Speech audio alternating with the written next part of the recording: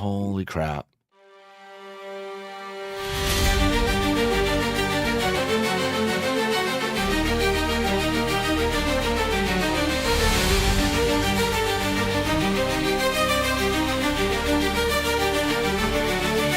There's a call in the air, can you hear it ring?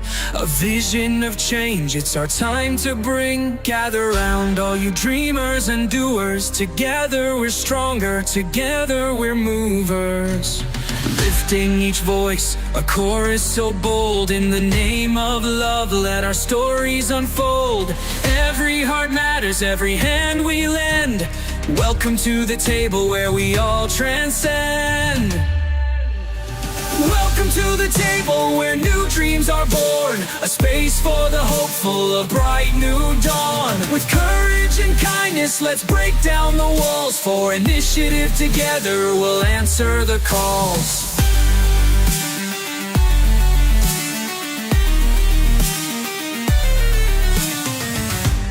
No more division, it's time to unite. Each story, each struggle, it's our shared light. From every corner, let's lift and embrace. Creating a future with compassion and grace. So let's build the bridges, let's cross every line. In the heart of the struggle, the stars will align. The promise of progress with every hand we lend.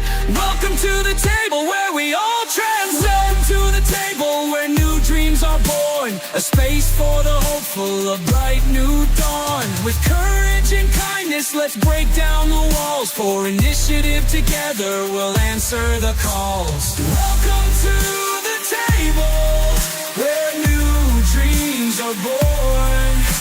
A space for the hopeful, a bright new dawn. With courage and kindness, let's break down the walls. For initiative, together we'll answer the calls. Together we'll rise. Together we'll fight. Hand in hand we'll chase the light. And we'll chase the light. Championing change, let's write our own song. With faith in each other, we can't go wrong. Welcome to the table where new dreams are born. A space for the hopeful, a bright new dawn. With courage and kindness, let's break down the walls. For initiative together, we'll answer the call. So come join the circle, take your place here. With love as our guide, we'll shed every fear. Welcome to the table, the time is now. In unity we stand, let's take our bow.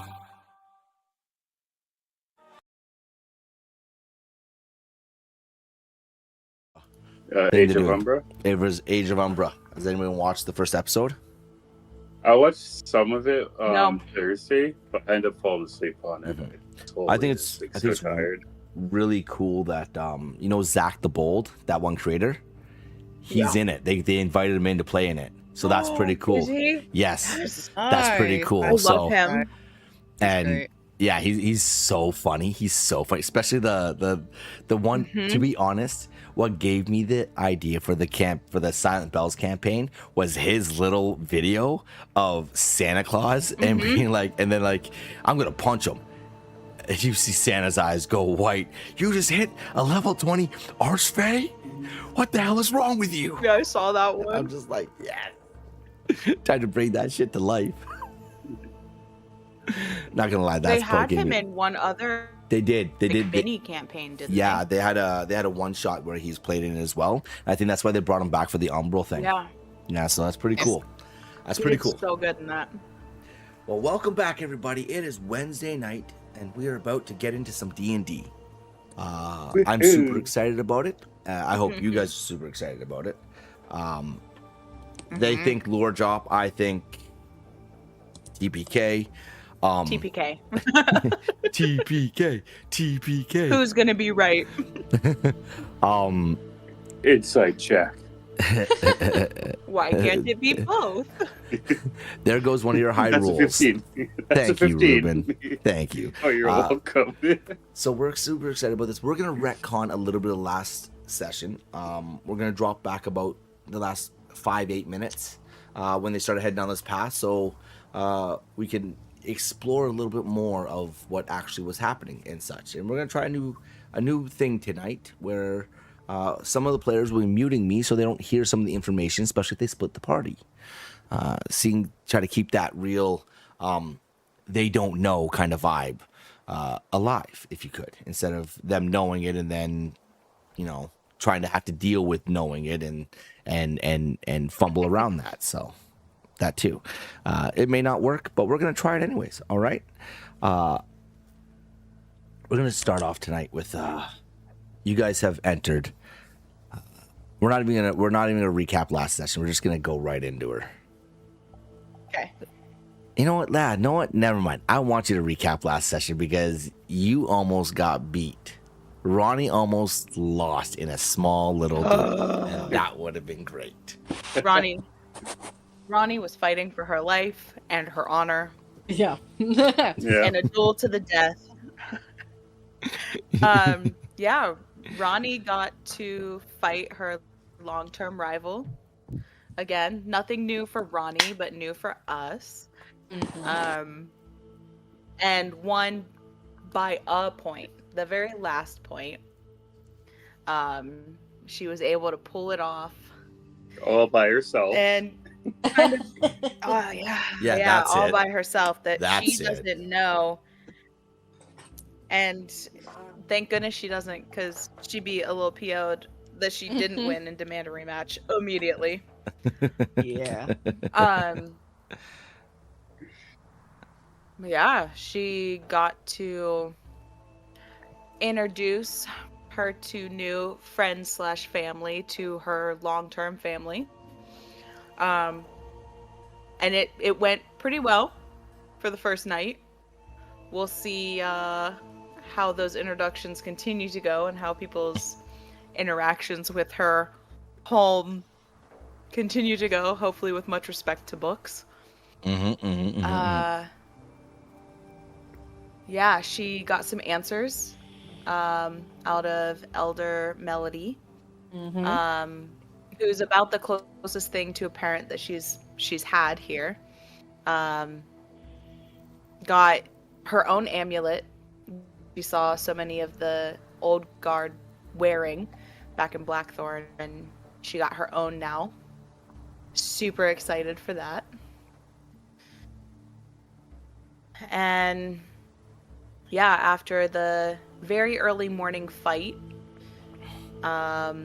decided to meet with the High Keeper. And Pallion? now we're, Pallion. And hoping for more answers and a super secret library that she's been dying to go into her whole life. You guys enter Highkeeper Pallion's quarters. And he greets the three of you and heads over to the wall after a short, brief conversation and seems to put his hand against it. And as he does, a rune kind of shows, and you see the wall kind of move to the side. He looks back at you, Ronnie, Orlana, and Hathor, and simply goes, "Well, are you coming?" and begins to walk down the hallway. In this moment, Ronnie, you decided to follow, and after Orlana and Hathor had a brief chat, Orlana, you followed as well. What is Hathor at this moment doing? So at this moment, as the Highkeeper is walking down that corridor, he begins to speak, and not quietly, like loud enough that it echoes back up to the chamber, back up into the quarters. But I'm wondering, is Hathor distracted, or would she be kind of listening in at this moment? She'd probably be kind of glancing around the room and probably keeping an ear out to make sure they're not being like jumped or anything, as she's not super comfortable. Yeah, so she's so you would be listening. Okay, roll me a perception, please. It's a 14.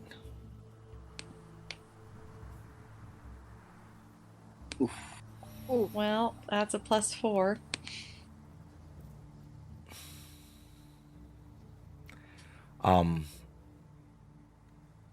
As you see them disappear into this corridor and begin walking down,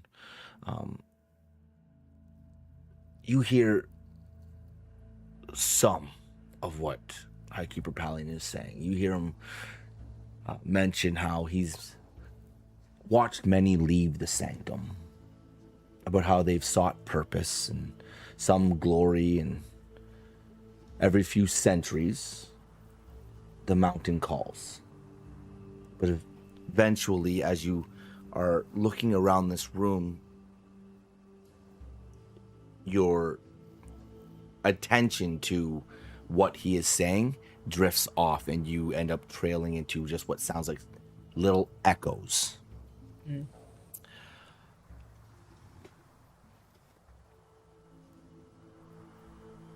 I would like Orlana and Ronnie to mute me.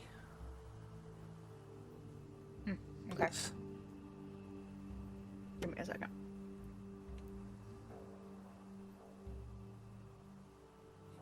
Mute Hathor as well.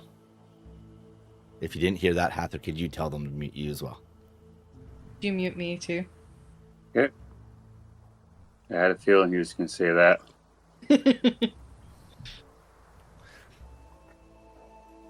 Okay. Hathor, in this moment, what is going through your mind? What are you doing? Hathor is feeling very isolated Lips. because of Ronnie's home here, and when Pallion asks for, tells them to follow and says, "Aren't you coming?" Walls go up, and she is not trusting this place very much, feeling slightly like Eloria or Blackthorn, where there's all this hidden information, and Hathor feels like he's like missing a bar somewhere, and so she does not want to follow. She doesn't feel comfortable following him, and like she says, she doesn't owe him anything, so she's just going to stay up here where she knows what her surroundings are. And so she's observing his room, looking around, making sure he's not a madman. Okay. Are you investigating it? Other than looking around, is there anything else you're doing in this moment? Nah. Once she's satisfied and seems like they're not dying, as they're walking down the tunnel, she'll turn around and leave the room. You're leaving the quarters? Yes. Okay.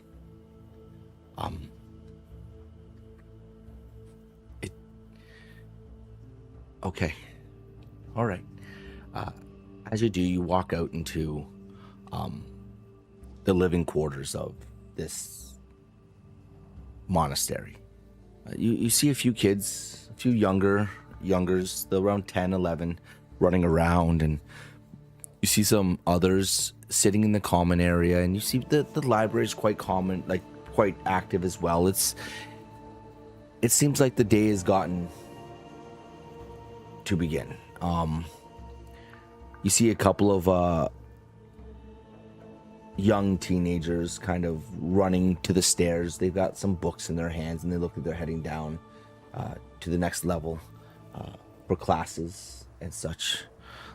Right now, anything else in immediate that you want to do in this last moment?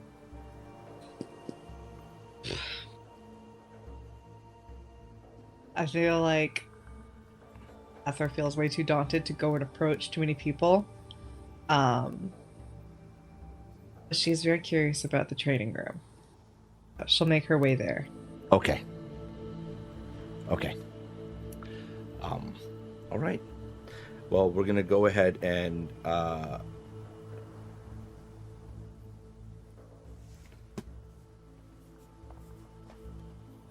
gonna get them to unmute now. I can hear you now. Okay, awesome. Hathor, I would like you to mute everybody and myself, please. Okay. Bum.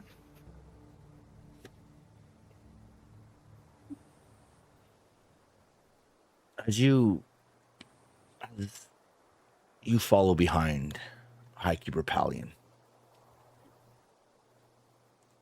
he continues to speak. And it does not calm many. The night each of you entered this world, the heavens stood as they had not for generations. The longest night, the brightest stars, the final solstice. As he continues to walk ahead of you, his arms are just clasped behind his back. You remember this, Ronnie, as it was always his stance. He never really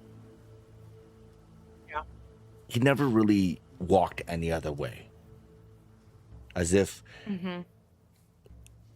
the easiest way to explain this is if it was an old man observing the world. And his voice grows quieter. There were those who believed that age had passed forever. They were mistaken, and you have even felt it. There have been moments when your heart has answered something beyond your understanding. You have heard voices no one else could hear, and you have dreamt of places you've never walked. You have stood before impossible creatures. And instead of fear, you felt recognition. He continues to walk as he just lets the silence of the corridor kind of drift around you. There's a sconce on the walls as you walk down. It's illuminating the path.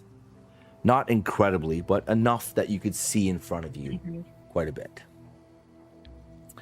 Okay.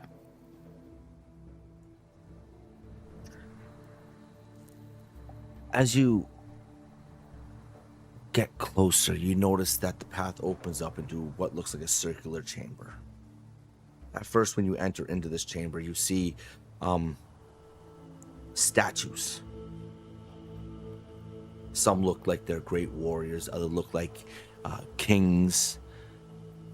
And then the ones that the couple that you see as well are unmistakably images of dragons. And as you walk into this chamber and you watch Palion just kind of stroll through it like this is a place he's been many times. As you gauge, you see there's a mural that's on the walls behind these statues that kind of wraps the room entirely. This mural looks similar to the one that is in Dernrath. Not exactly, but similar enough. There's another place that, Orlana, you've seen this mural as well. And that was in that cathedral in Ash, through another person's eyes, when you were watching through another person's eyes. A very similar mural as well. You see Highkeeper Palion just continue to walk. History has a habit of hiding the greatest truths, not because they're meant to be forgotten, but because they are rarely believed.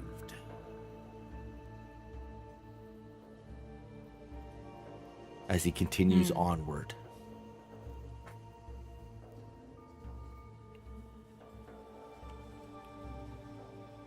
Are you guys keeping in heel toe, or are you stopping for a moment. Ronnie would keep close to him. Okay. I'm stopping by that mural. All right. Just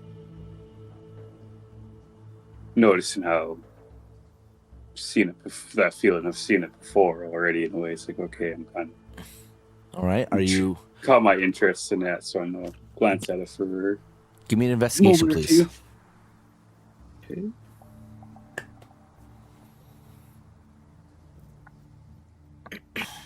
$14. This mural looks the same but different. You didn't get quite a close look at the one you saw that was unlike Durnrath's.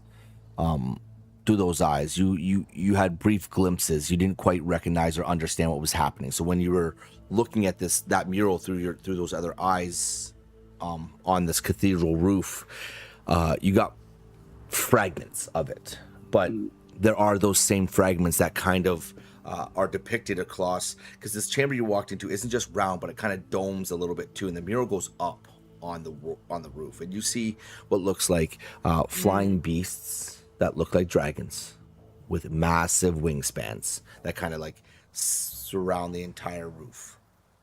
You also see what looks like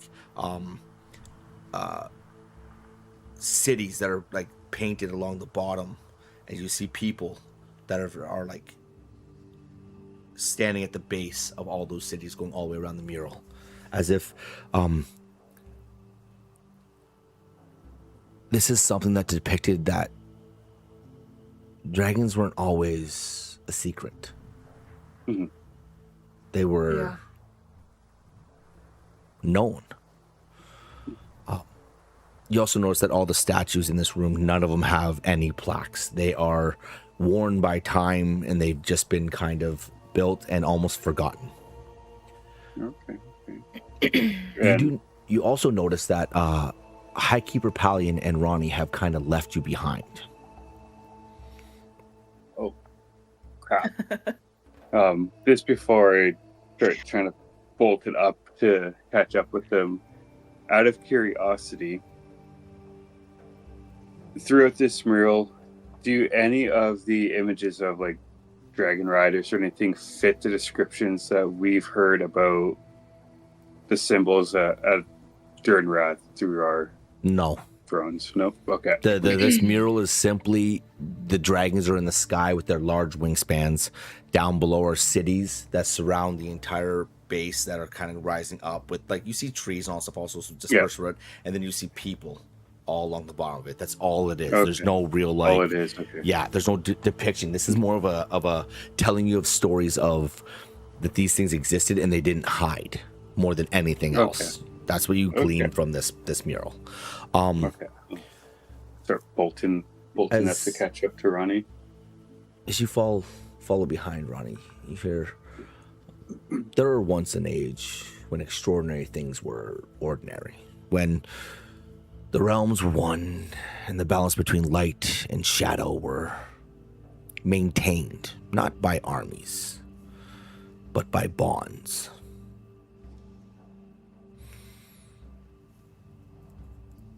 The histories describe them as two souls walking one path.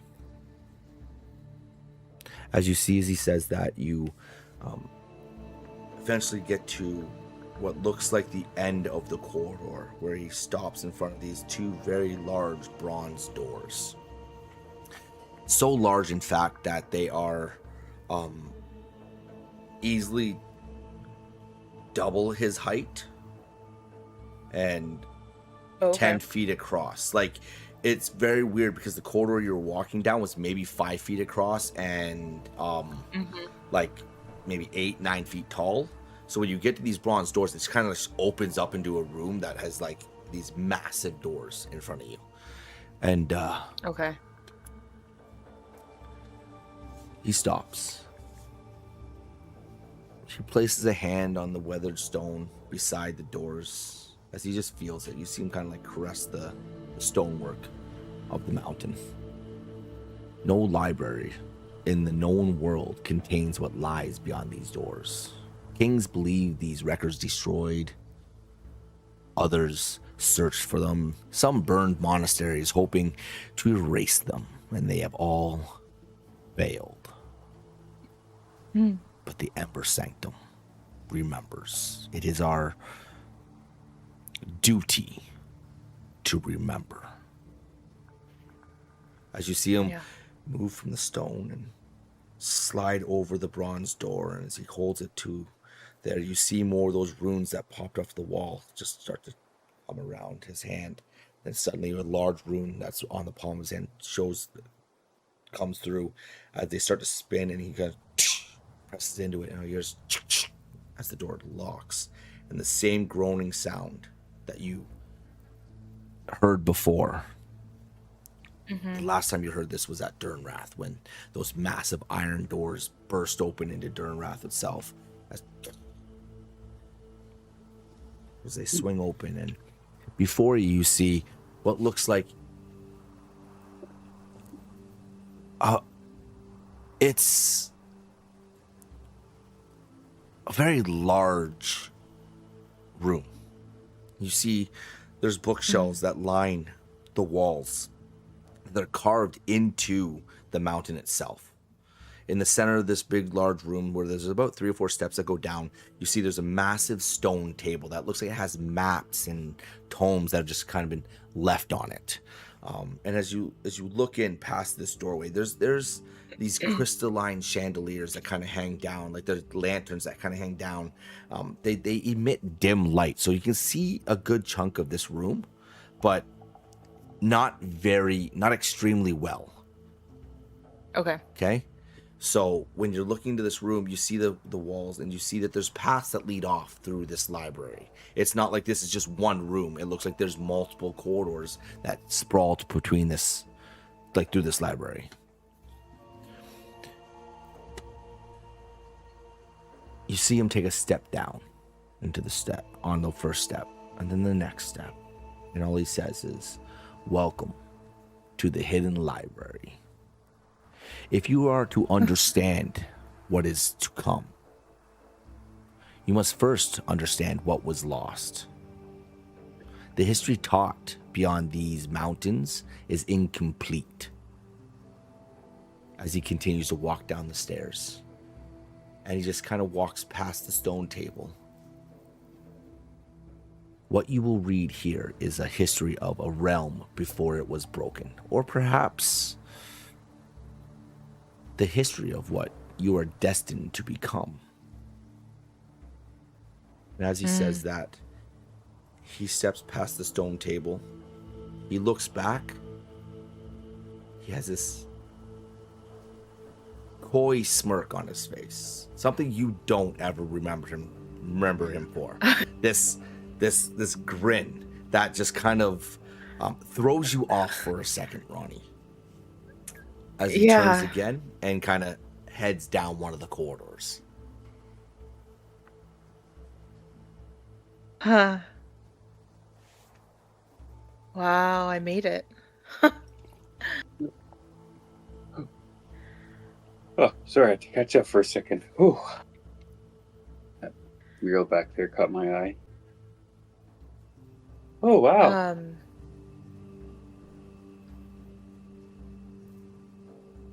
Here, come on. I gotta ask him where we even start. He went down that corridor. Okay, you go talk with him. I'll go see if Hathor's okay. I want to talk to her about that mural real quick too. It's kind of tripping me out a bit, so I'm gonna start bolting it back to Hathor. Okay, you're gonna turn around and run back. Okay. Yeah. All right. Okay. Fair enough. All right. And then there was one. And then there was one. Okay. Don't leave Ronnie alone in a library. That's crazy. Okay. Ronnie, what are you doing first? Besides picking my jaw up off the floor at the fact that I finally made it to this secret library, I want to go and look and see where he went down that corridor that I watched him disappear to. Oh, okay. Because I don't know where to start and I don't want to be searching blindly. Okay. So I'm going with the intent of asking him, like, where do I start so I don't waste time? Okay. You head to that corridor. Orlana, since you've left, please mute me. Mm-hmm. And Ronnie. Mute, Bye. yeah. Bye-bye. Ronnie, as you head to that corridor, you look down. It's another row of shelves that just go down. Not far, about 30 feet, but the shelves are built into the wall, and then you see the what looks like a bookshelf that actually goes down that way. You can kind of see there's a top to it that goes over to another side, so you can kind of instinctively tell that there is another side to that wall. Yeah. And as you start walking down that way, you come to a T. Please give me a perception check.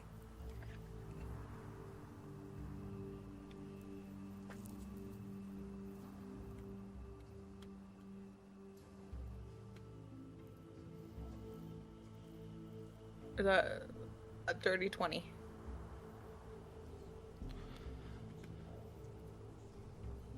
As you get there, you look down, you stop and you look down both sides, and you kind of take a moment to notice that you hear footsteps coming from the right.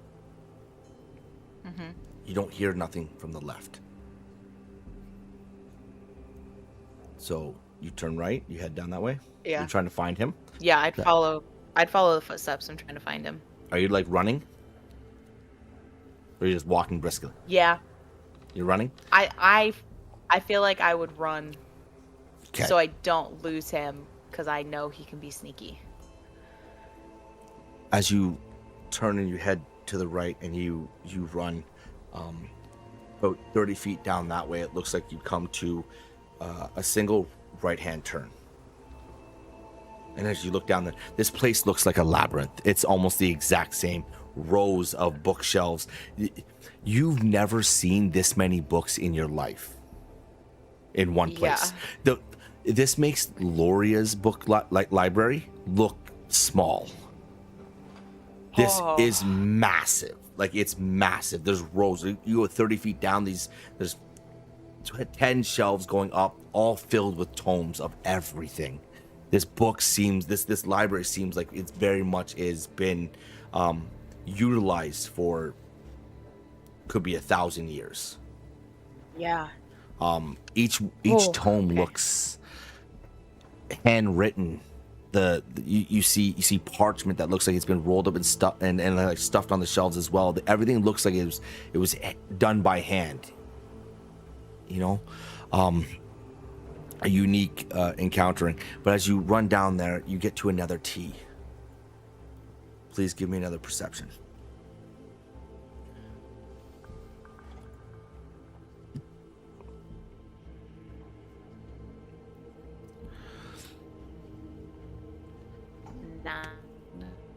Nine. As you get to this next T, and you stand there, and you try to focus to see which way he's turned. First of all, the first thing that goes through your mind is, how is he moving so fast? Yeah. He is old. Like, he should not have this much agility, but he does. Dang. The second thing is, it sounds like there's an echo, but you can't really pick up whether or not it's from the right or the left. So which way do you turn? Oh.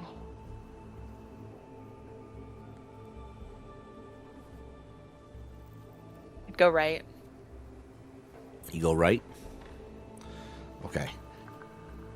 As you run down that way, your footsteps through the stone floor. You can see the light chandeliers over the roof, like casting light over top of the shelves from the other side. And as you bound down, you get to a point where there is only a left-hand turn.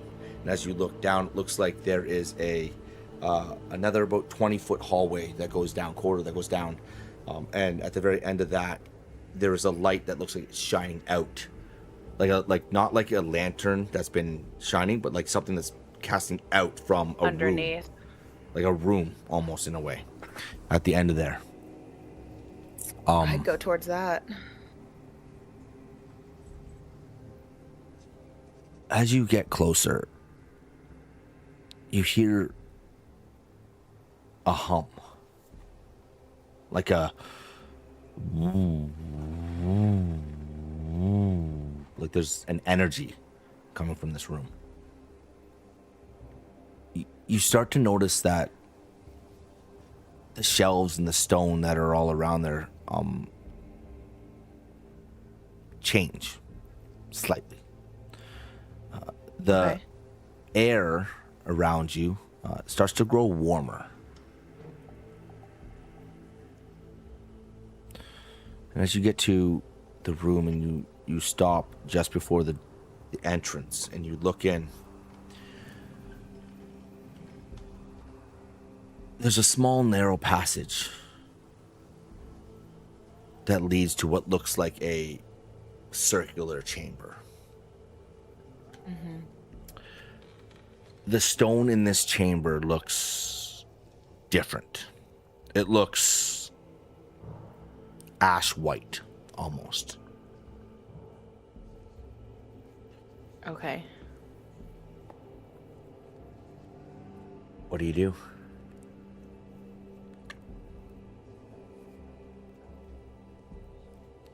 With the air getting warmer, is the stone that's starting to look like that ash white, is it hot?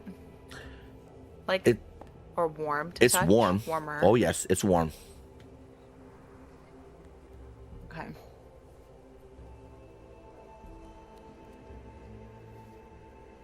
I want to go into the room and look. Okay. This has me intrigued. As you begin to walk down this hall, this corridor, it's only about 15 feet ish, maybe close to in between 15 and 20 feet. And as you get down there, and you get to the entrance of this small circular room, it's not very large at all. In the center of it rests what looks like a black volcanic stone altar.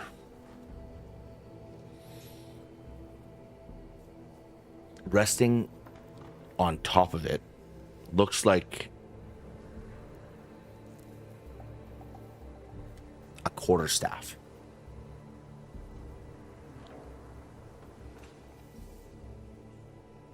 Behind the altar, you see what looks like a similar mural to the one that you just came through. But it looks like it's carved directly into the stone itself. And it depicts what looks like a colossal tree rising up from behind the altar. You see the roots to this mural kind of go into the floor almost and spread across the stone floor that just behind the altar itself. It's almost as if like the tree is burying its roots deep in the mountain. You can almost see what looks like red, not quite magma, but like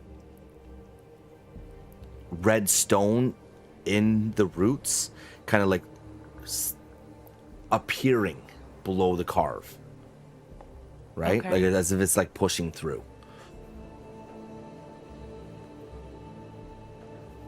Its branches look like they pierce the clouds as they go up and over into the roof, as it looks like it creates a canopy that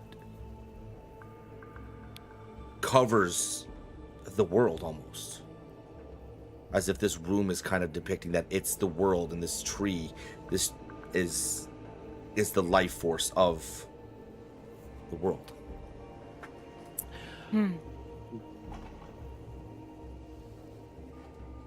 Beneath the mural, you see words.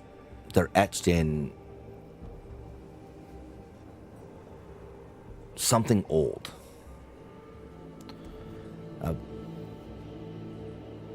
A language you can't really tell.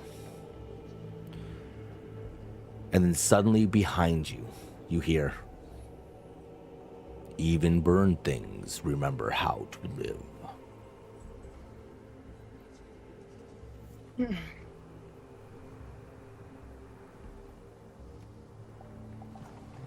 So, young Ronnie, you have found it. What exactly have I found? The ash root. The ash root. Yes.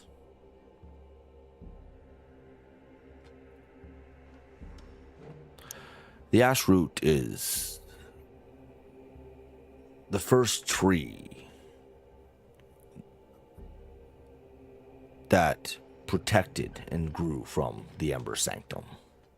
It did not survive the great burning, the surge of the scorch. But when the fire finally passed, the monks mourned what had been lost. But beneath the ash, the roots still held life.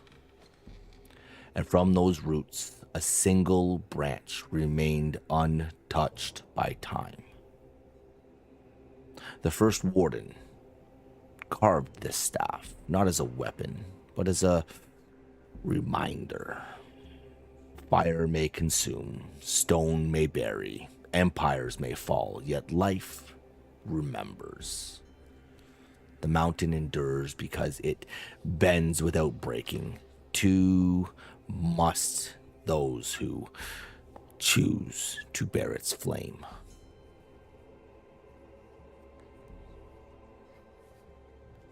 I've always wondered what would happen if a solstice born touched that staff.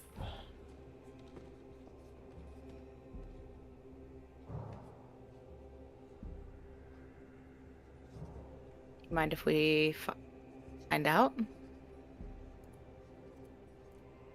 Now you have me curious. You see that same coy grin just come across his lips as he just stands there with his hands behind his back. Works for me. I'm gonna kind of like shake out the nerves in my hands and walk towards You walk step towards into this the chamber altar. as you pass the threshold. Even the chamber falls completely silent. So much so that the sounds from the library vanish. You see the embers flowing through the mural, the little glows coming from the roots start to brighten ever so slightly, and you see the roots carved into the walls almost seem to breathe a little bit. The ash root doesn't call out. It doesn't respond. It almost as if it waits patiently.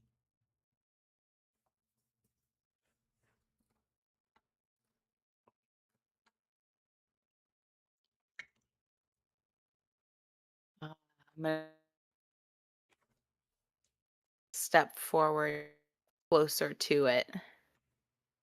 As you do, and you come right up to the staff. Please give me an investigation. Okay. Oh, one. Investigation's so low. Okay. Oh my! Oh no.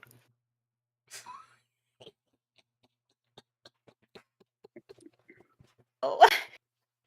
Okay. The silence of this room has just Okay. has just crept into the back of your mind. It feels, everything in here feels distant. And as you look over this staff, you don't fully catch any significance. It looks like it's made of what can only be described as petrified wood. Yeah. Some of the things you do see clearly are runes that look like they're made out of what can only be described as crystal embers that run down the side of it. What?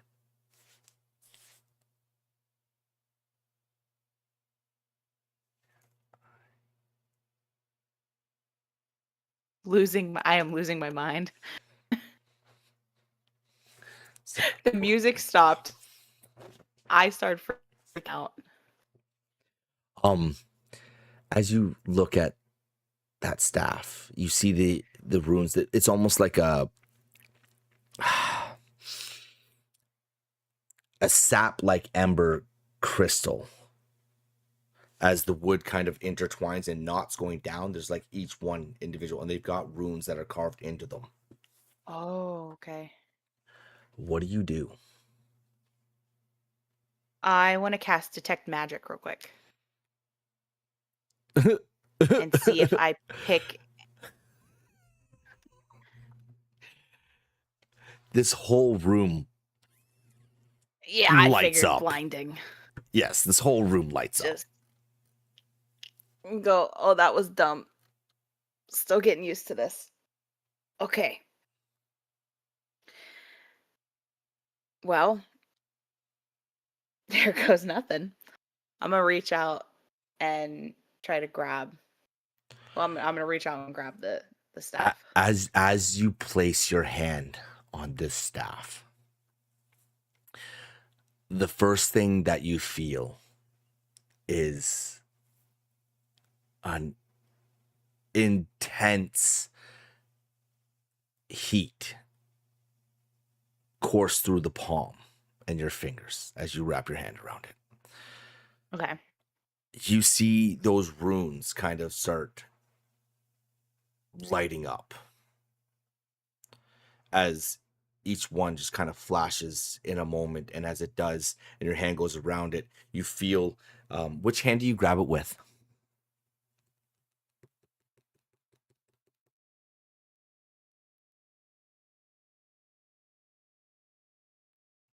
Abby?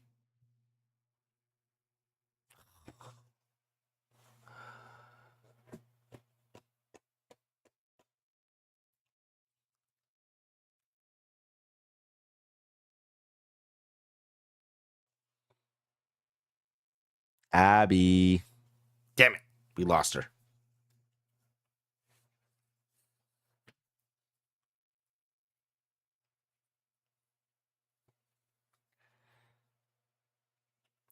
Damn it, damn it, dang it, dang it, dang it, dang it, dang it.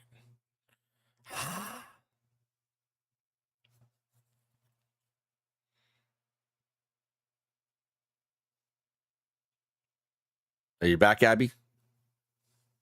There you are. My stupid internet. I could hear you. Okay. And I hate that. Okay. I grab it with my left.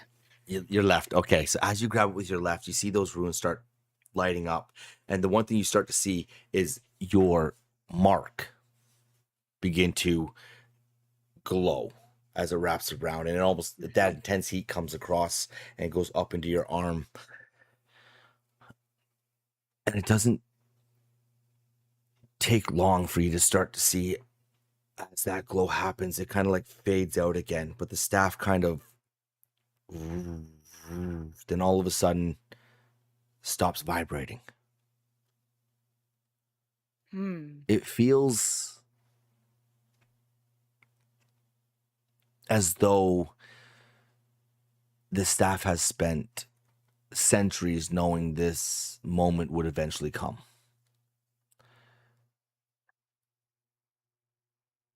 It stops humming and almost feels like it sends its power into your arm. You feel like what happens is it secretes up and into your chest and into your body and into your soul. You feel warm almost. And almost like an old friend placing a reassuring hand on your shoulder. It feels natural, like this was always meant to be yours. Hmm. And as you're standing there and this room is silent, suddenly the sound comes back. The library feels alive again as Highkeeper Pallion steps in. Looks at you, looks at the staff.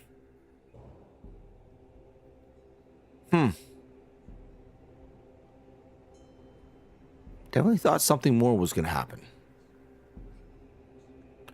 Interesting. I mean, it's definitely warm.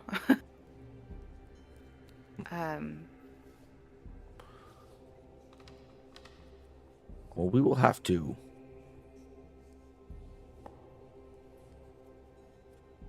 test it out, I guess. Yeah. Anyways, now that we've gotten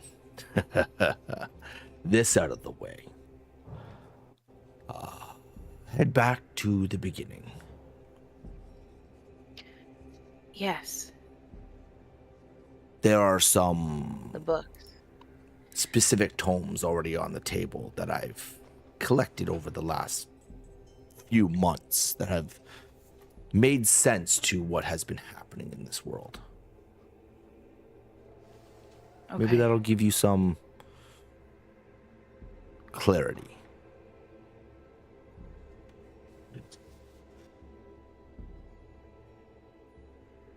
One can hope. I don't think Yes. too much knowledge will hurt in this situation. Okay, well, I will see you there. As he just turns and begins to walk away with his hands clasped behind his back again as he heads back. This How moment, are you so fast, by the way? Ugh. I'm gonna follow out. Try to make my way back to that table. I'm surprised you haven't learned yet. Preparation is everything, Ronnie. I've walked these halls for a very long time, and I know my way through. You don't have to be fast if you're cunning.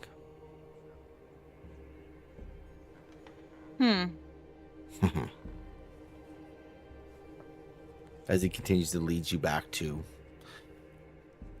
that stone table. Okay.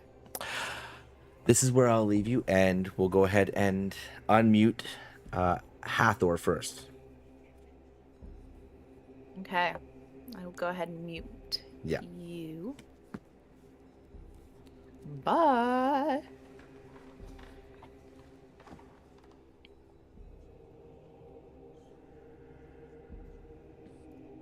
Hathor.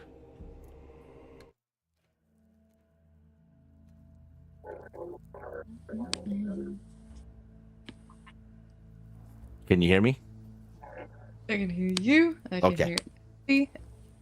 I'm supposed to hear Abby and them. You Mind can. muting everyone? It's not gonna, like, it won't matter as much because I kind of.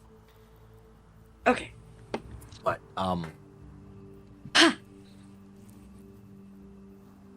as you make your way through the sanctum and you're heading down the stairs, are you heading straight for the training grounds? She's meandering, taking her time. That's her end goal, but she's not beelining. Not beelining. Would you say you've made it to the second floor already? I'd say so, yeah. Okay. As you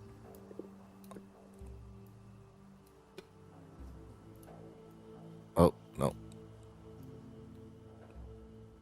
Which one do you think you came down? Left or right? She would have gone the way that she knows, which would have been left. Okay.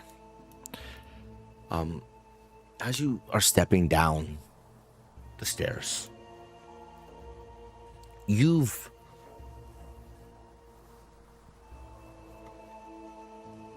tried to reach out to Pyra a few times with no success. You feel alone here.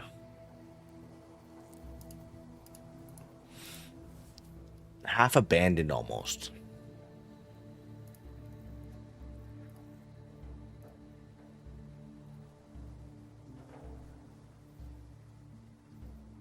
And then almost as if it was like a soft whisper, you hear, Hathor.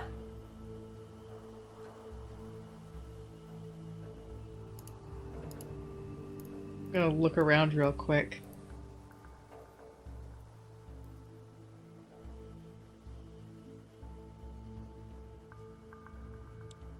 Fire? Yes. Yes, I'm here. Alive. Yes. We're all alive. I was so worried. Are you alright? Are you still recovering? Yeah. I'm sorry it took so long. It was whatever that thing was. It didn't simply just wound us. It burned through everything. Not just flesh. Not flame. It was almost like it was hungry.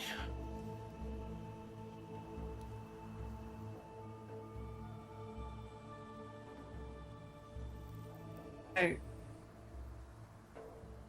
killed him. I felt that. Every moment I fought it, I could feel it trying to consume me. Then, like not my body, but like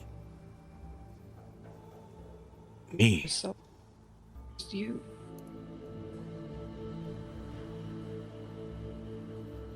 Rigor took the worst of it. He's still resting, but he definitely took the worst of it.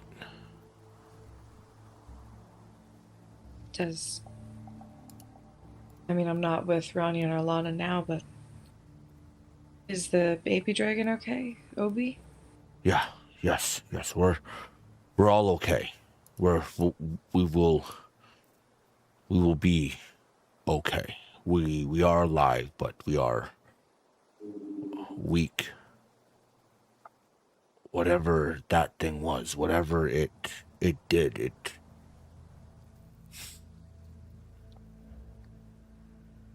I can still feel the weight of it. I'm sure you'll feel that way for a while yet, Hire. Yes. Have you paying attention to much of what's happened? Or have you just been sleeping? Sleeping mostly. I know there's been moments where you've been scared. I could feel it. Even now, right now, I can feel the angst in you. You remember all those things Ronnie said about how she had a home and people waiting for her? Yes. I thought she was bluffing. I thought that because we're all solstice born, this is where we're meant to be. Ernrath, I mean. And turns out she wasn't lying. She has a purpose in this monastery, and she's gonna leave. She's gonna come back here once we're finished. You don't know that. She said so herself. I can see it in her eyes. She doesn't want to be with us. You fear a future that you don't fully know. You fear actions that haven't come to pass. That's no way to press on. Maybe. You three share something great. You will bond, and to be honest, you need to bond if you even want to survive this. But if you go into it afraid, you won't be able to do it.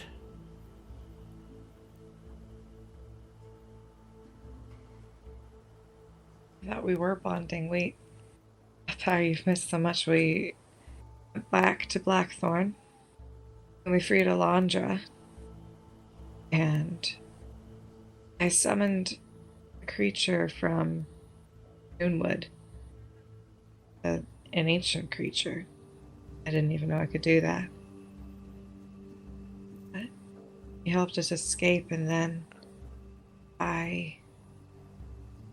we traveled to the middle of Black Bay Lake. I found my father's outpost and his armor and a couple other things, but that's, I think, when I was most scared. That's what that was. There was a creature in the lake. It almost got us. I was trying to lead Alana and Ronnie. I was trying to lead us all to safety, but if I had failed even one step, we would have all been dead. We're so close. Well, you didn't fail, though. You can't dwell on what hasn't happened. You have to press forward. You have to take your successes and become more.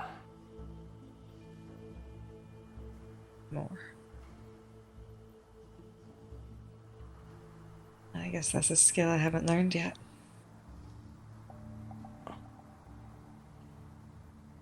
What you need to do is you need to trust. You need to trust the others. You need to trust yourself. That's the only way you're going to succeed. That's the only way you're going to bond. When you become full, when you complete that bond,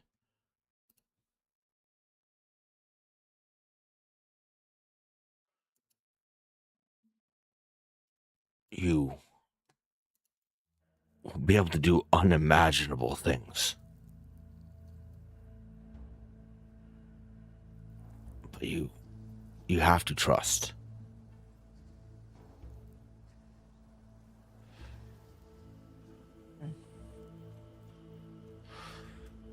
All right.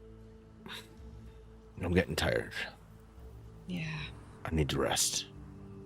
Okay. You rest up. I don't know where we're going after this, but I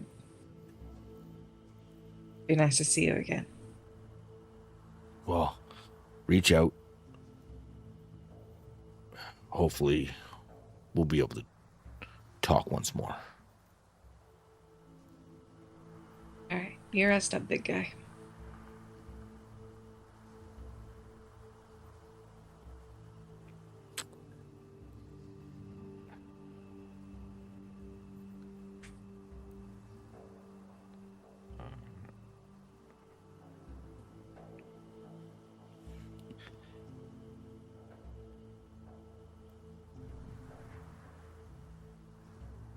And at this moment,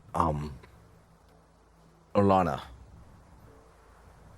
you make it back to the High Keeper's room, and you notice that Hathor's not there. Where'd you go? What the hell? Give me a history check. Okay. Hold on. Hathor, did you ever say that you were interested in that one area out loud? Not out loud. Okay, never mind. Your history check's not going to matter. Well, hold on. It could. It could. That's a 16. Hathor could. did spend when they walked through on their tours. She like ventured in. Okay. No. Yeah. No. Hold on. Hold on. As you get to the High Keeper's room, you spend a moment and you look around and you're like, the first thing that comes to mind is, where has she gone? Like that's okay. This is where's she gone. With that history, the one thing that does trigger in your mind was Hathor's interest in the training arena when you first had your first walkthrough. Yeah. Okay, I'll kind of bolt it down there. Be respectful if I'm walking by people and be pushing them out of the way. There's not a whole lot of people in the way. Like you wouldn't have to brush past people and all stuff. Most now it's early morning and most people have like right now, Hathor, while you're in this area, you would notice that the classrooms that are around you are pretty not full, but they're active right now. There's students sitting at their desks while there are looks like individuals teaching. That's what you hear.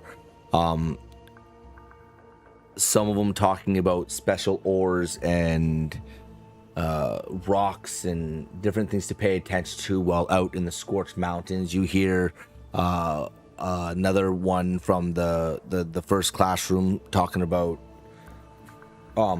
herbs and specific types of growth to pay attention to while wandering and such. And then you hear in the last classroom, which sounds just kind of like they're talking about different techniques in how to defend yourself. To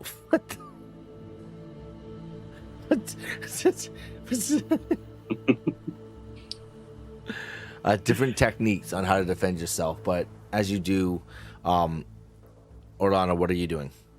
Once you realize you're heading there and you get to the I'll head down to the next floor and try keeping an eye out for. Okay. And Hathor, as you're walking along, Orlana, you do manage to get hop, skip, and jump down those stairs. And as you get to the bottom, you catch Hathor just in the center hall, kind of just half looks like she's looking around, but also half looks like she is in deep thought almost.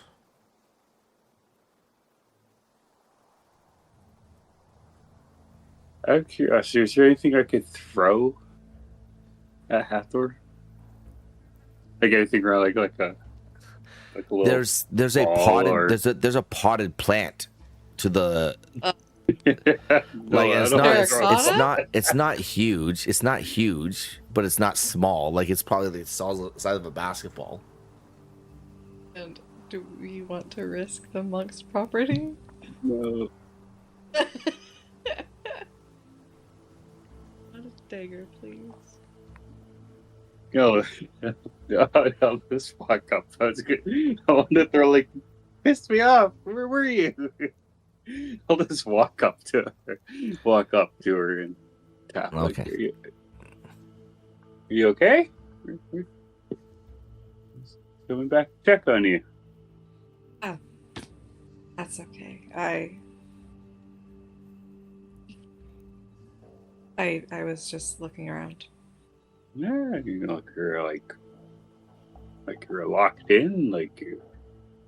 I was gonna throw something at you, but I don't want to destroy their property. Get in their bad books. Yeah, Right? Yeah. Like, entirely sure I would have cut it. Oh, you want to see? Oh. No.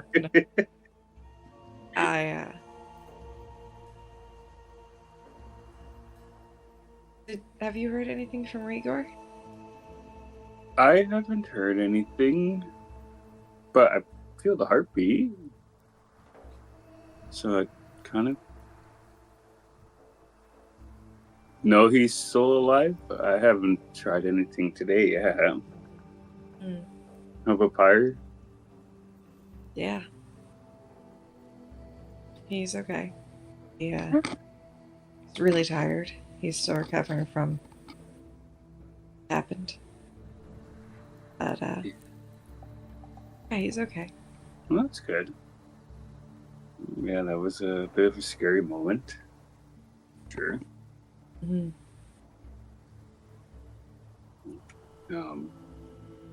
I'll never guess where the tunnel went to. Take a good wild guess where it went to.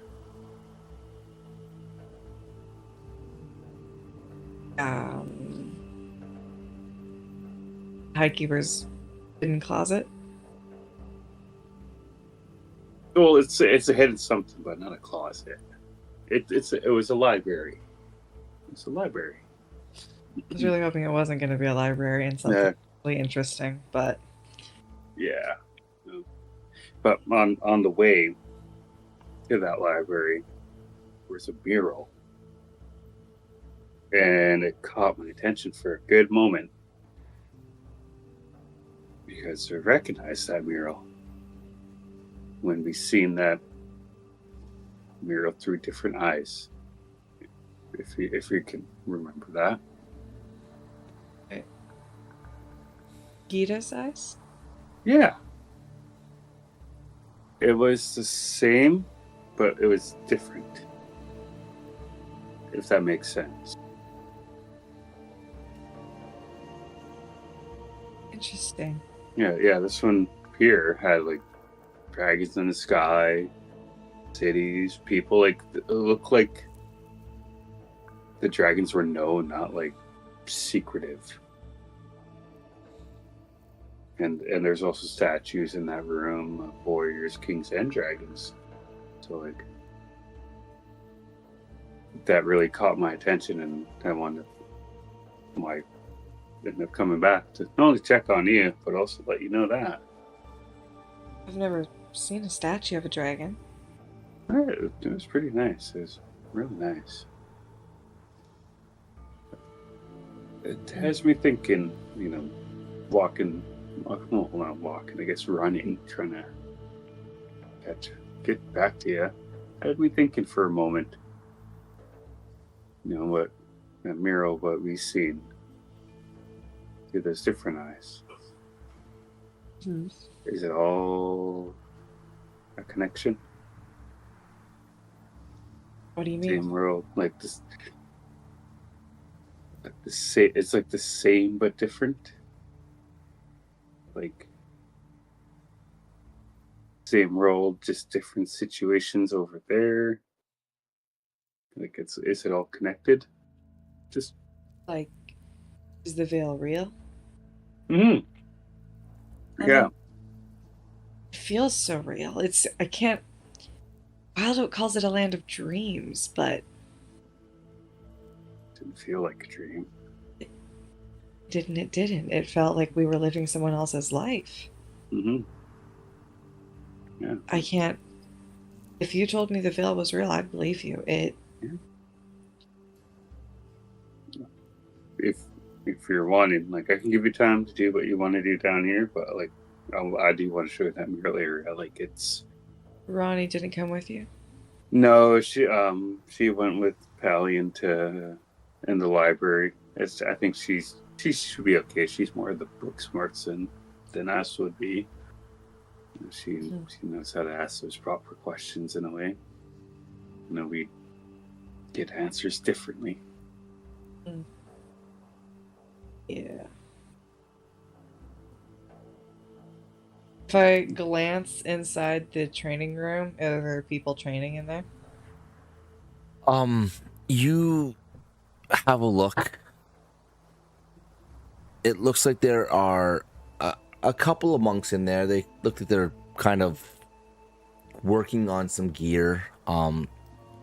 You do see Oman still in the training area, but he's moved from the mats, and you see, as you look in, you see him.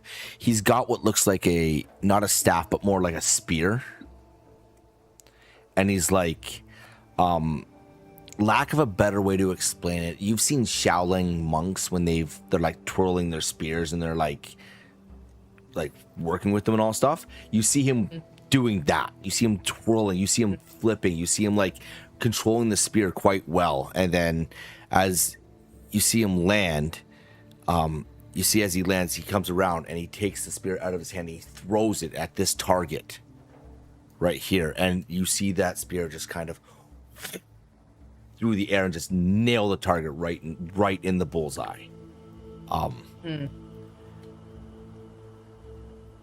He looks like he is very well versed in combat. He doesn't look like he's a novice in any way.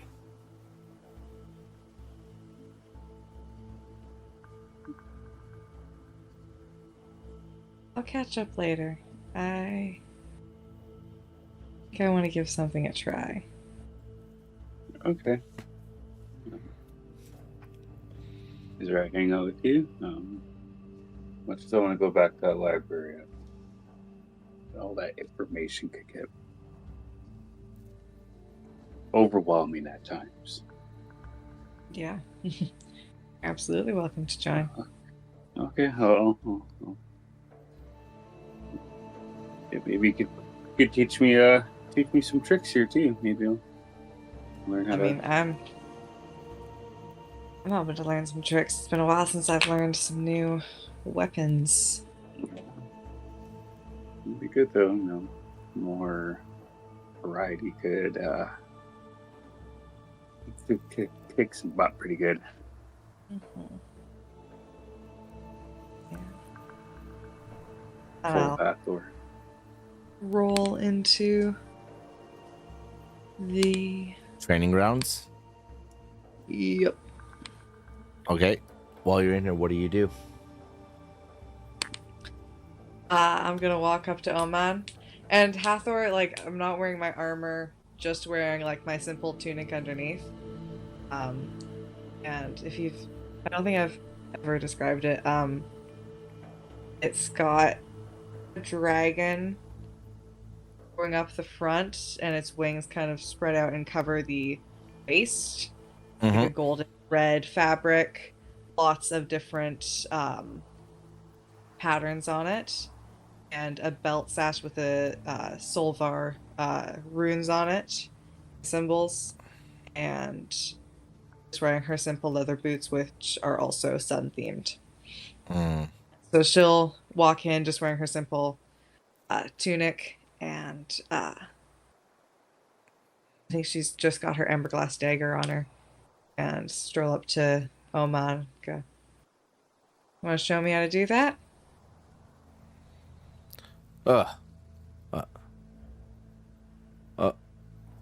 He just tilts his head. You're one of Ronnie's friends, aren't you?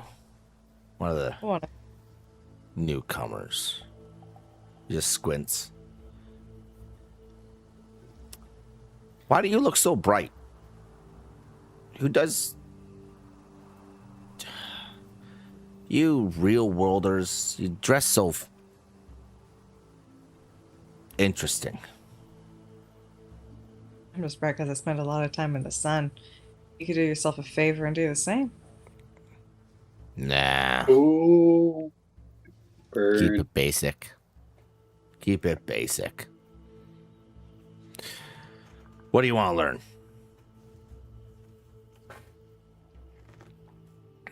How about some hand-to-hand fighting?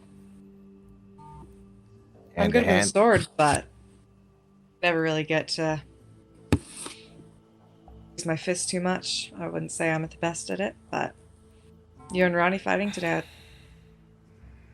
I'd like to get somewhere along those lines. All right. I guess we could do that. Let's head over to the mat as he has another spear in his hand, and he just kind of like tosses it up.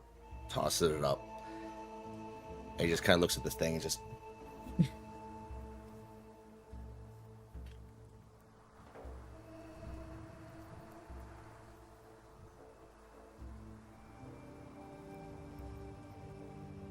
What just happened? Give me a moment. I'll be right back, okay? Mm-hmm. Just give me one moment.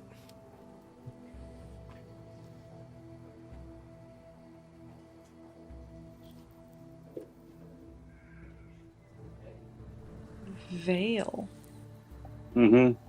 Interesting. Yeah. It's so senpai. Like sometimes, yeah, as answer one, yeah, sometimes that knowledge is too much to take it. Yeah. Although I'm sitting here and I'm like, all the notes I'm missing on taking. Yeah. So sad. It's fine. Yeah, that's how I was feeling. Like, okay, after see what I'm like, yeah, okay, Ronnie, yeah, do your, I'm gonna go to Hathor real quick and Yeah. inform her what I seen. And I think I had to beat myself too, or something. To sit there, I'm like, okay, let's start. Let's write down my thoughts. Yep.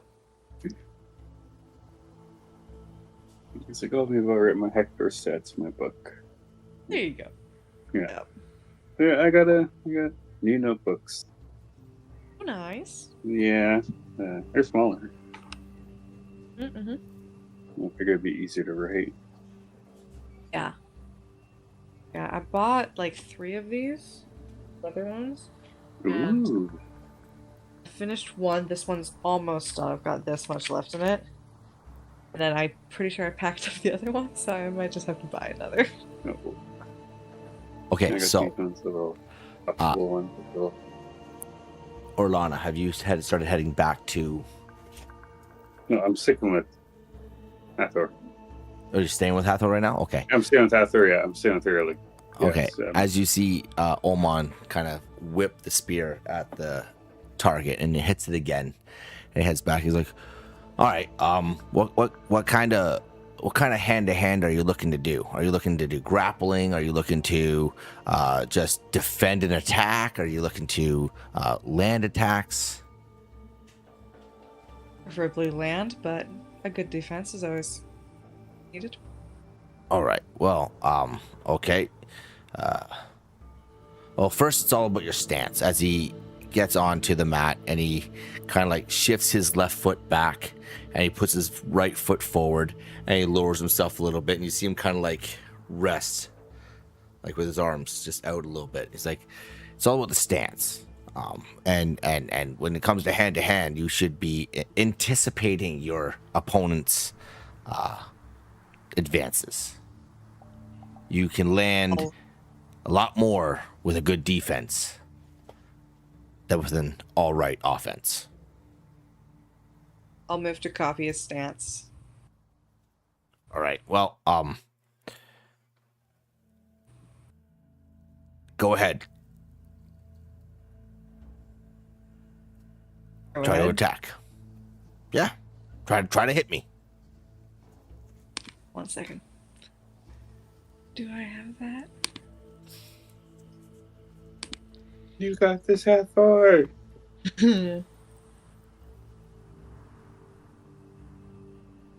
Is there bows in here? Yep. I'm gonna go grab a bow and an arrow and just Shoot one at a dummy. Okay. So what are you doing, Hathor? You gonna attack? See if I had a feature, but I feel like that's someone else. Oh well. I would like to see if I see any weaknesses on him. From what you could tell and what you've witnessed already, he's pretty nimble on his feet. And you know what? Roll me an insight.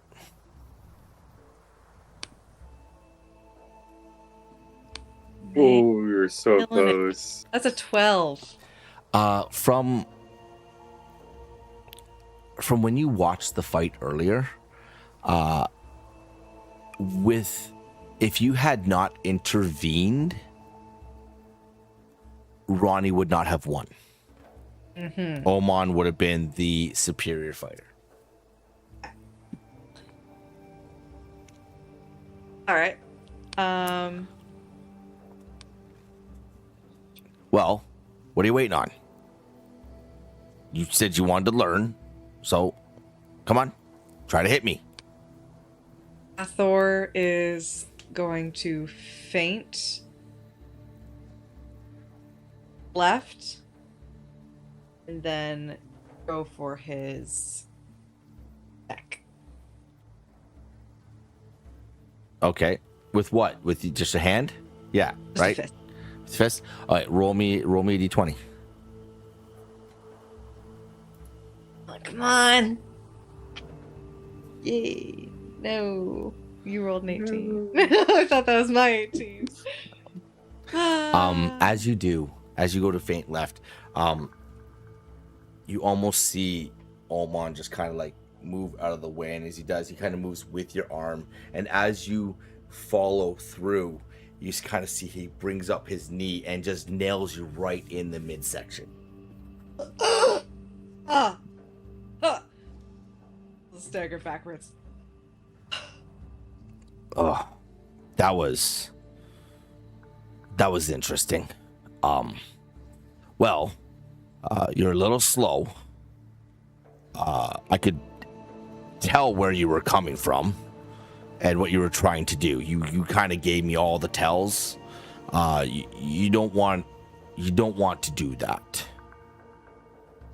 Essentially, it's best to wait for the other to step forward and you engage as they come in. Like watch here. And he's gonna go after you reset yourself, and he's gonna go. Oh my goodness. You're gonna see him watch as he shifts his leg back like this, and he goes to just simply bring his leg in and try to sweep your legs out from underneath you.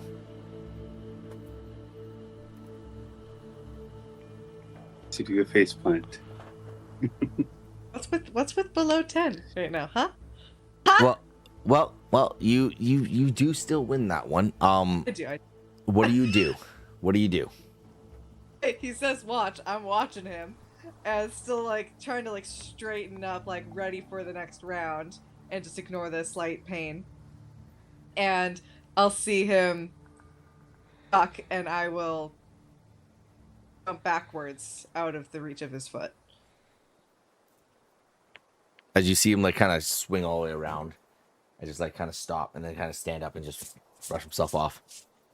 See? That was a gimme. Now, I saw that. What was that? Were you stretching? Warming up? well, yes, I gotta take it easy on you. You're not quite at the level I need you to be at to be able to,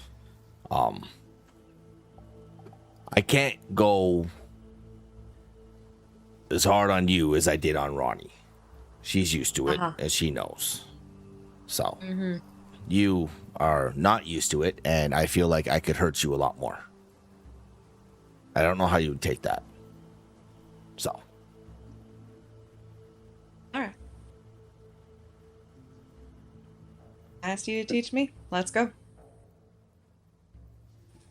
That was the insight on how he looked when he was talking about Ronnie.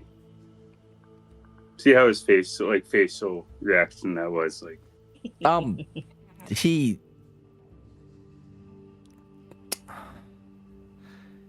You don't really glean much from it. You've already kind of insighted him and checked on him to see his feelings towards Ronnie in a way, and they're more like like the two have been in competition their entire life with each other, for as long as either one can remember. They're close, but also not close because they're also rivals. Like there's that awkward thing, and when he says it, he says it with a gleam of I guess there's a bit of excitement there, but you can't tell whether it's like what kind of excitement that is. For the most part, it feels like it might be he enjoys combat and sparring, and it could easily be that Ronnie's one of the only ones that has the ability to properly combat him. Right? Mm-hmm. So he holds his hands up again, and he's like, all right, let's go. Swing again.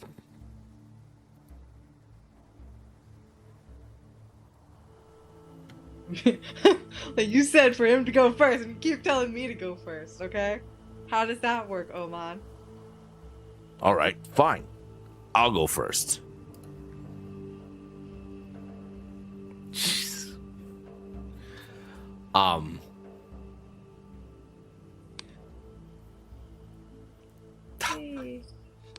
As you see him kind of like step back, and he goes to, you see his left hand coming in, and as it does, you see him bring in his right shoulder, right elbow to come down and strike onto you. But you see it in time that you're able to react to it. What do you do when that happens? Right hand's coming in, and then his shoulders come in.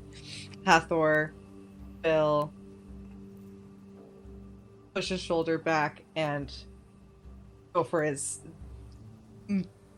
move her elbow around to his neck and push him back as she surges forward.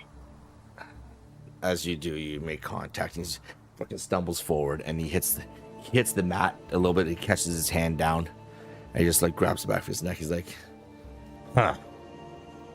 Interesting. Stands up and just shakes off.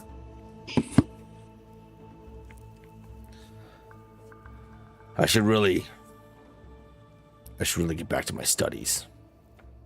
As he shakes himself. Hey, you should ask you to teach me. You should find your friend. As you see, he's kind of annoyed now. Yeah.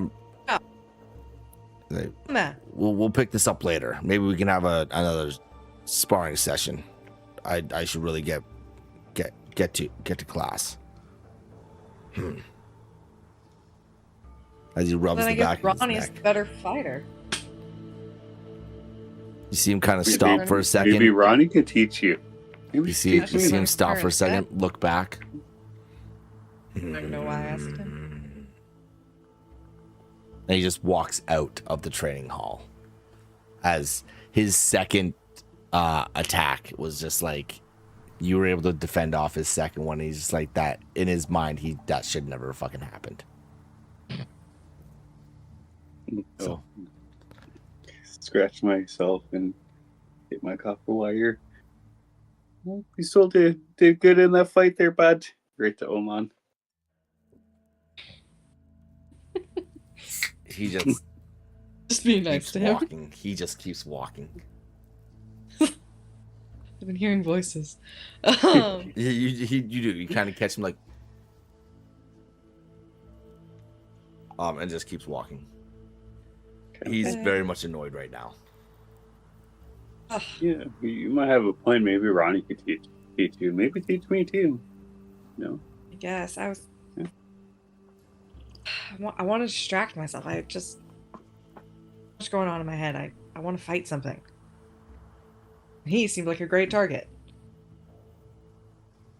I'm gonna smack Hathor. Hey! Hold on. Okay, hold on.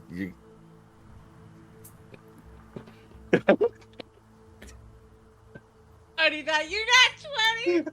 Bro! Yes. Roll damage, Yes. please. Roll damage and double it.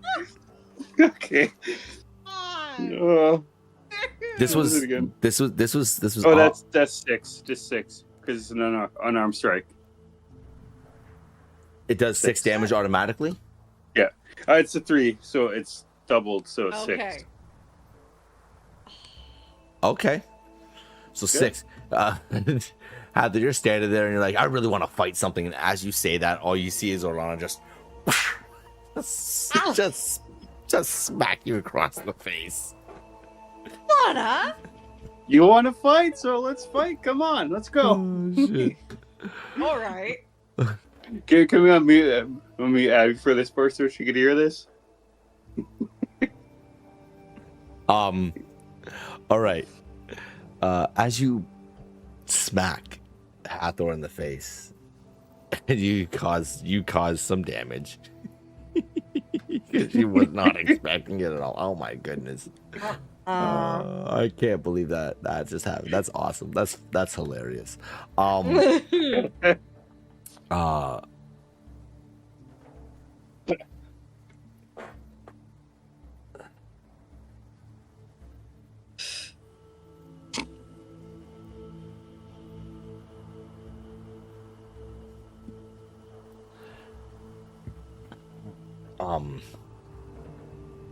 You guys feel like do you guys want to you guys can keep training if you'd like. You can do a little bit of a training sparring session between each other.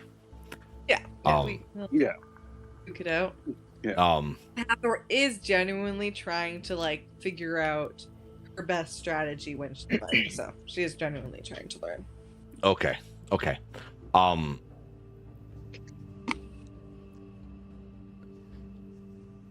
You guys keep sparring back and forth. Ronnie. Yeah. You make it back to the stone table. As you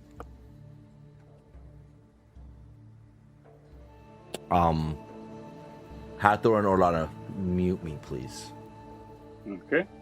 You guys can keep rolling dice and sparring back and forth if you'd like, and then depending on how it goes afterwards, I can award some stuff. Okay. Who knows? Maybe you get an ability score increase or something. Oh. May the best Hi. sister win. Make the best sister win. All right. Ronnie, Alrighty. Here we go. as you You wanted to fight, sir. You get one. stand there at the table and you look over I can't remember what my AC is. that staff. Okay. I'll let you attack next, since I caught you off guard.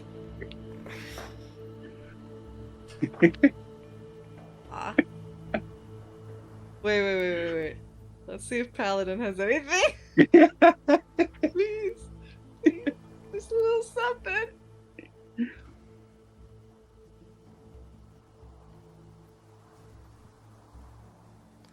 Okay. Let's see if we can do shove. Oh yeah, I think you could. Yeah. Yeah, let's. I would like to shove you back just a little bit because I'm a little peeved. Just a little bit. How does shove work again? I believe it's a DC strength 8. Oh, I gotta make Strength or dex, you can choose. it's just straight. Yeah.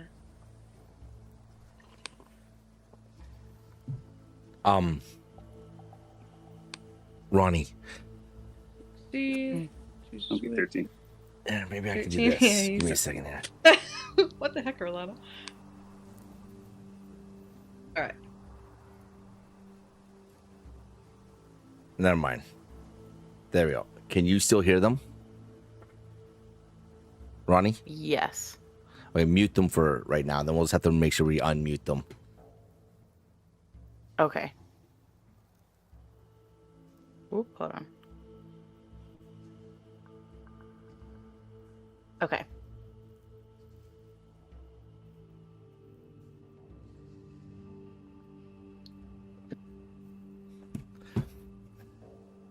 Okay.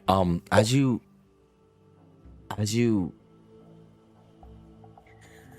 stand at this table and you look over the staff that you have just gotten, you spent a few moments looking, like having a gander at it. You notice that it's like a dark charcoal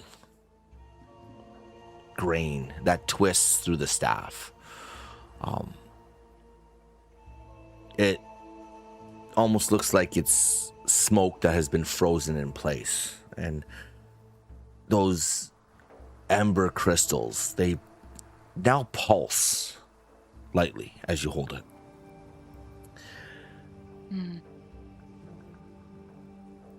And despite however long the staff has been there, it's still, even in your hand, still feels warm, as if the mountain is hot.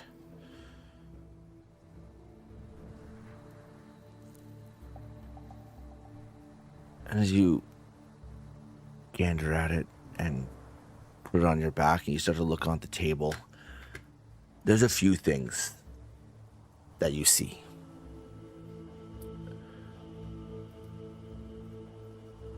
There's a book that has a title, The Cult of the Hollow Light.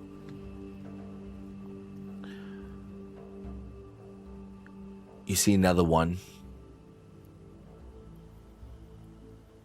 that says The Black Cleft. And there's a third one that's been pulled out. And it looks familiar to you. You've seen this book somewhere.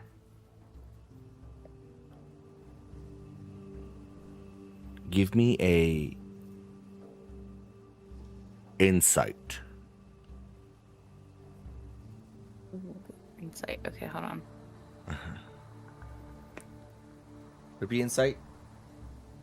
No, or history. No, you can give me a history.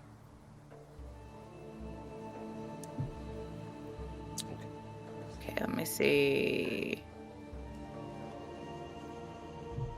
Do insight is +5. So. Okay. This book is old. And when I say old, I mean old. It's wrapped in what looks like a dark, charred brown leather. It's got a massive tree on the front of it that looks like the roots crawl deep into the earth, and around the stump of this tree you see what looks like a egg. You remember this book, and it almost kind of clicks.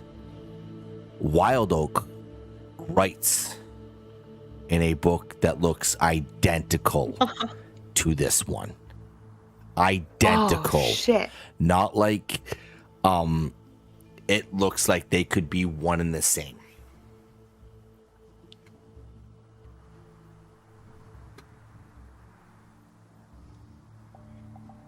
Man, I thought I knew which book I was going to open up until you did that. Oh, I would open that one first. All right.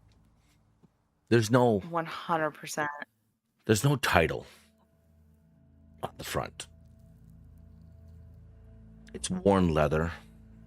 And even when you touch it and you touch the surface, it's smooth. And as you open it,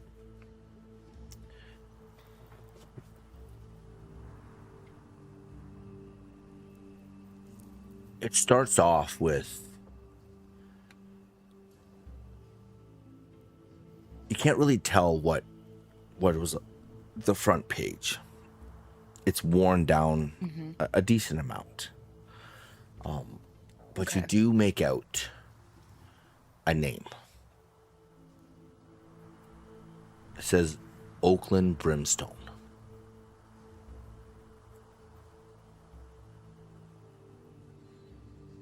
Oakland Brimstone. The book looks full, like it has been written in on every single page.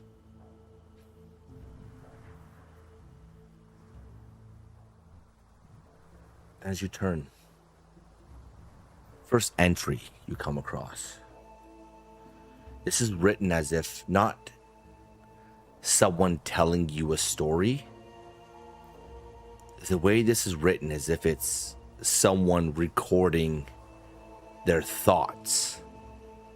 This is a journal. Okay. This is not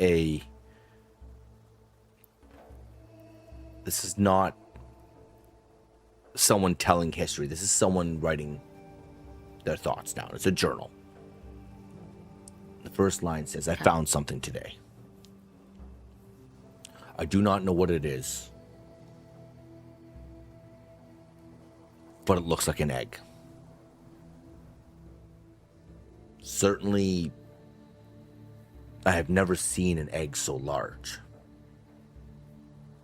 It stands nearly to my waist, and it weighs more than I can easily move. The shell is black.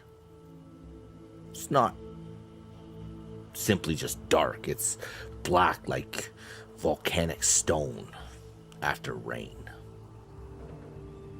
There are veins running through it. They're crimson mostly. Though when I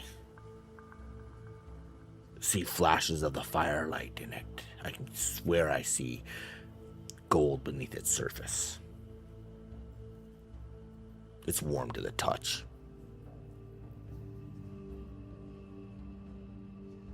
When I place my hand against it, I swear something moved.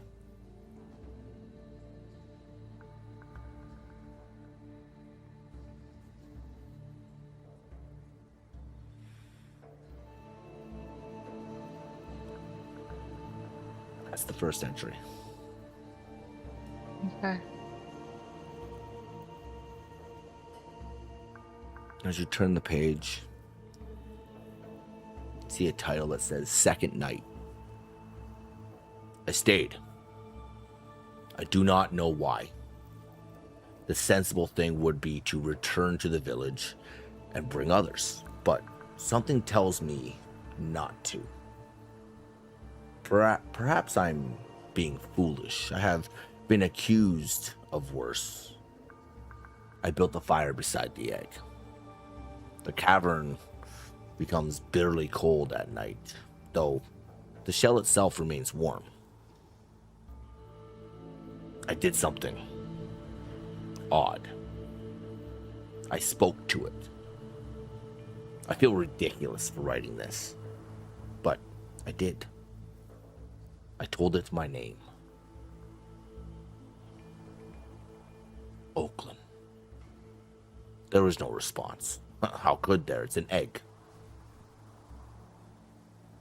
I suppose I should be thankful. If it did speak back, I might actually run. We flip the page, and the next title says Fourth Night. I woke in the middle of the night. I dreamed of flying. Obviously, I've never flown before. Yet, I remember the feeling. The wind beneath me, the mountains far below, clouds breaking against something enormous, wings. Wings. And when I woke up, my hand was resting against the egg. I could feel a heartbeat beneath the shell. For a moment, inside my own chest.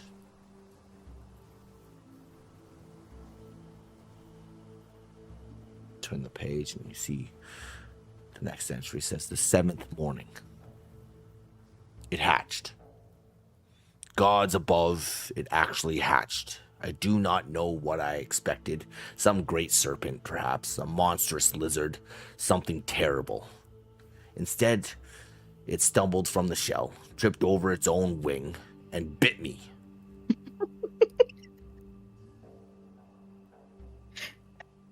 It entered this world and immediately bit my hand.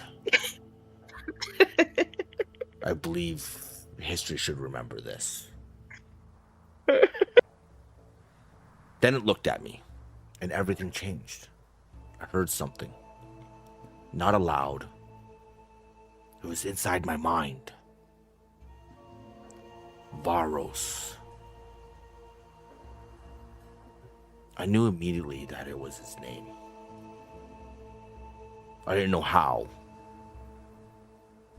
I asked him if he could understand me. He sneezed smoke in my face. I have decided this means yes.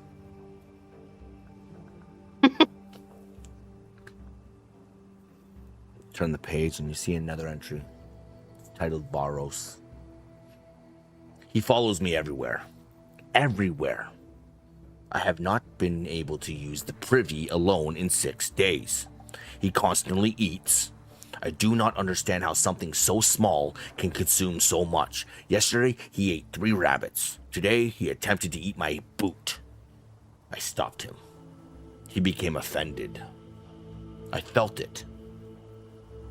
That is the strangest part. I actually felt his annoyance. Not guessed, not imagined. I felt it, as though the emotion were my own. He feels me too. I know this because when I laugh at him, he becomes even more offended. I think this will become a problem. You turn the page again.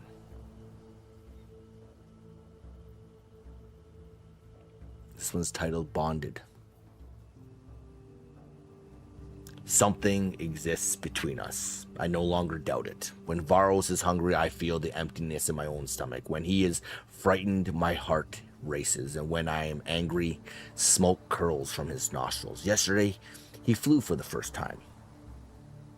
Only a short distance. He climbed a tree, jumped, panicked. Somehow managed not to die. But for those few moments, I felt the wind. Not against my skin, beneath my wings almost. His wings. It was odd.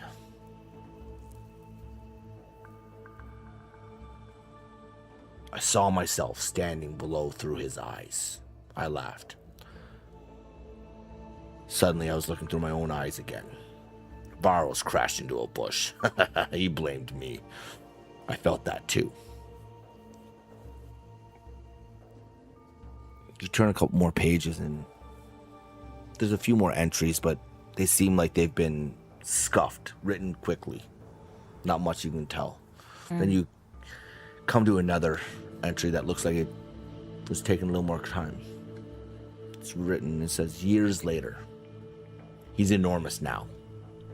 I don't know when it happened. One day, he was sleeping beside the fire. Now he looks larger than most buildings.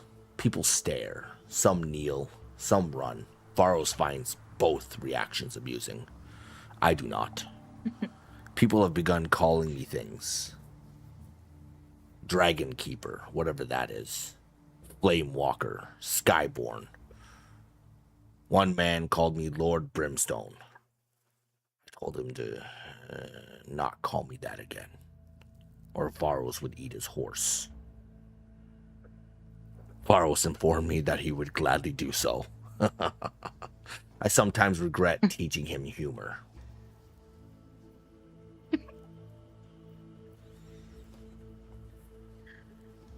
The next entry. Dreams. Something is wrong. Oh. I have dreamed of fire for 7 nights. Not Varos's flame, something else. Villages burning, black markings carved into the earth, shadows moving through smoke. Last night, Varos woke at the exact same time as I did. He had seen it too. We sat together until sunrise. Neither of us spoke. There was no need. I felt his fear. He felt mine. Next entry. I asked him tonight, why us? Why him? Why me? Why did I find the egg? Why did his soul come to this world? Why are we seeing things Varos does not know? That frightens me more than anything. But beneath his uncertainty, I felt something else resolve. He wants to go. To find whatever destroyed. I told him he was a fool. He told me I was afraid. I told him he was also afraid. He became quiet. Then he said something I would never forget. We can be afraid together.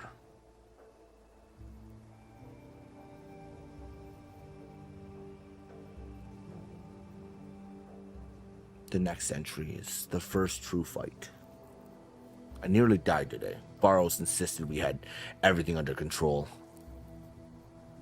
He did not. I know because I can feel when he lies. Apparently he can feel when I lie as well. The bond has disadvantages. There is no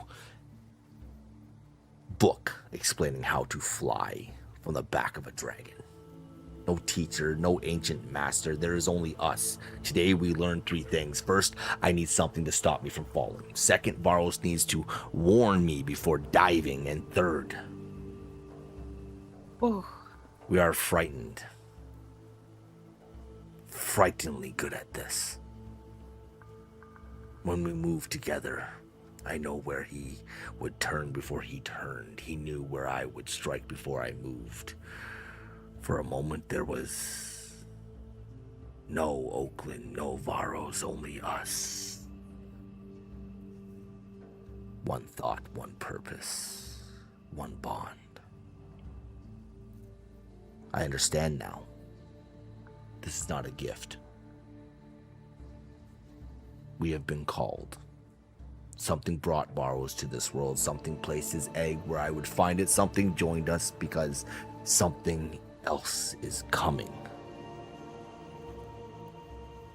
I wish I could say I feel honored. I don't. I feel angry. Why should this be our burden? I am one man, he is one dragon. There is no others, no army waits us, no ancient order stands ready, no one is coming to help, and there is only us. So that must be enough.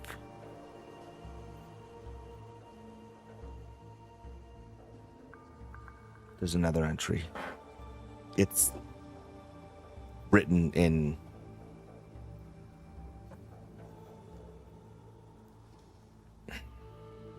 fast, as if frantic.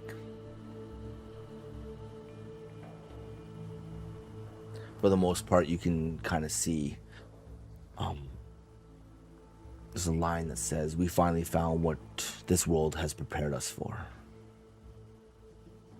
For years, the dreams, the bond, the battles, the feeling that something was always coming. At first, we thought it was a storm, a darkness moving across the valley below us, swallowing the trees beneath it, but storms do not move against the wind. Then we thought it was smoke, but smoke does not hunt. It moved like shadow and mist. It had no true shape.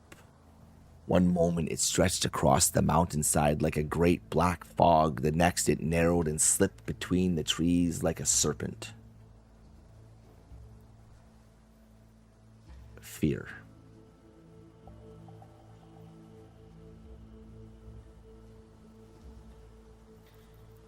I've known Varos since his first breath. I have never felt his pain, his anger, his joy, his sorrow like I have today.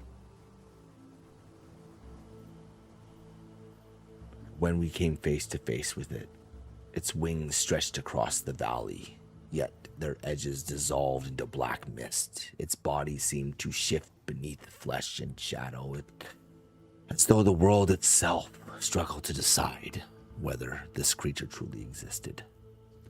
We were tiny before it, and for the first time since Barrow learned to fly, I looked upon something and understood how small we truly were.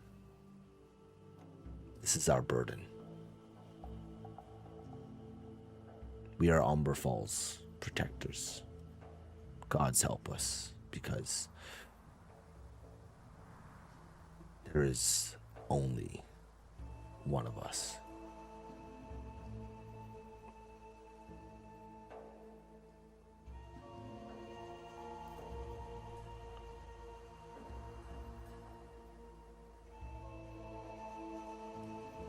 The next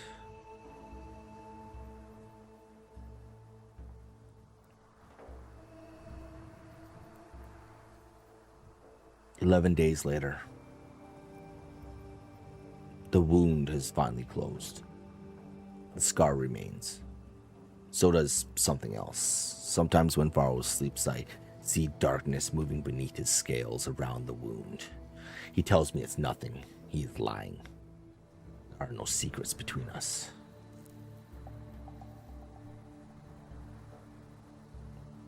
The first month, 3 villages gone. Not burned, just simply gone.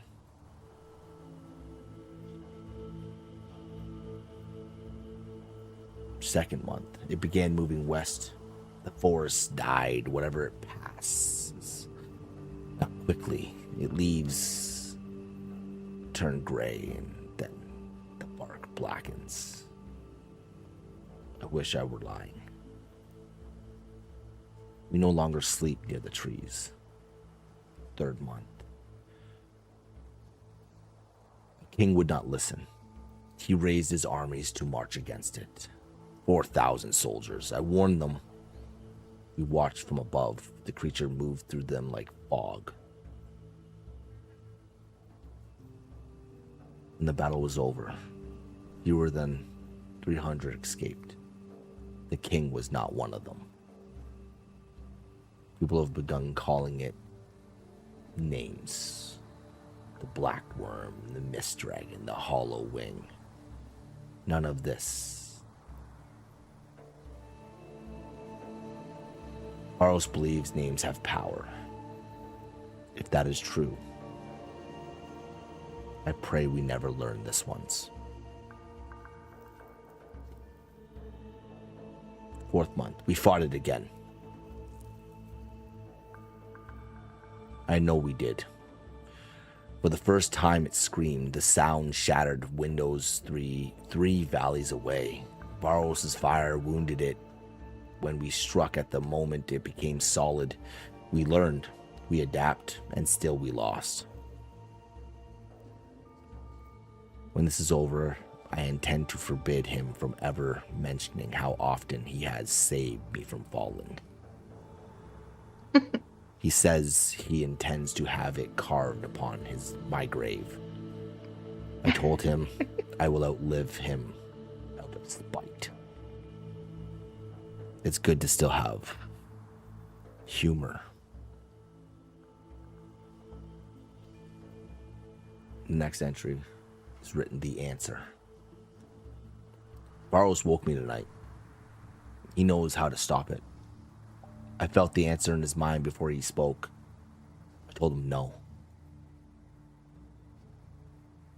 He had not even explained. I already knew.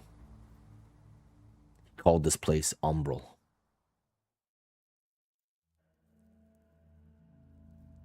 He says the creature does not belong here. Perhaps it does not belong anywhere, but Varros believes it can be forced from this realm and sealed beyond the mortal world.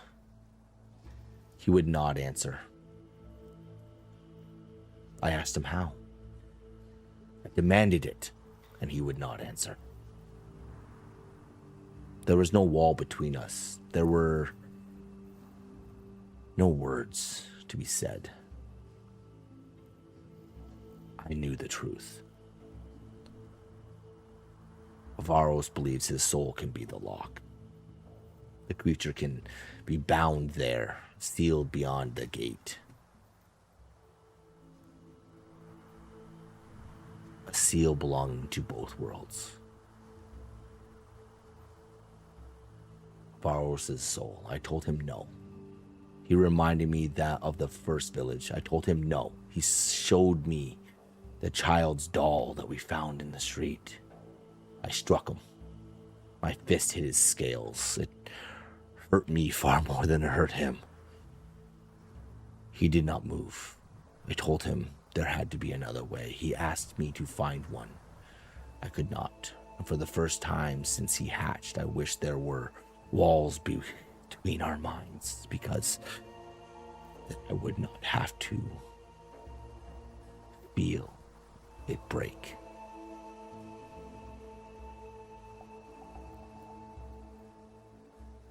The night before, neither of us slept. I asked him, why him? Why should he have to give up everything? He looked at me as through the bond I felt everything I could not put into words. I felt love. Not the love of a master and a beast, not a rider and a dragon, but brothers. Then he said, you were the first thing I saw when I entered this world. You taught me what it meant to live in it. And now, let me save it. I hate him. I love him. Gods, I do not know how to do this. This next entry is... the handwriting is... it's smeared in places. Several words are almost illegible. But you read one line. It says, it is done. The creature is gone. Umberfell lives. And Varos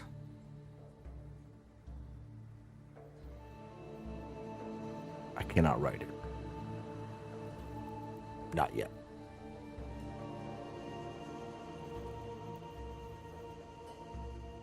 The next entry is more legible. 7 days later, his soul is gone. No, that's not right.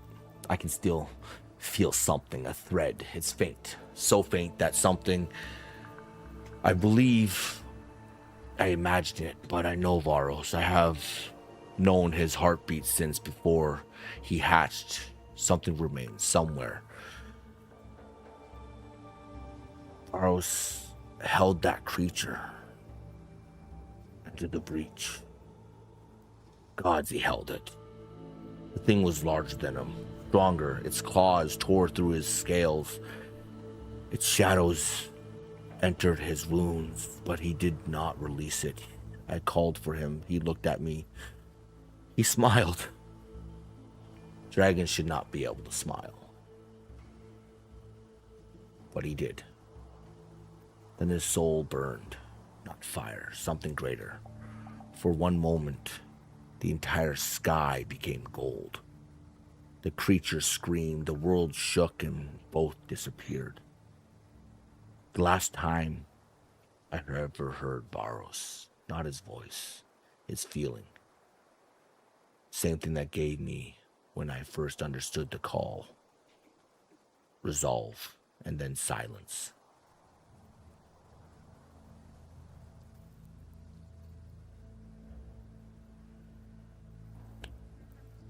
There's a few blank pages. Then you see what looks like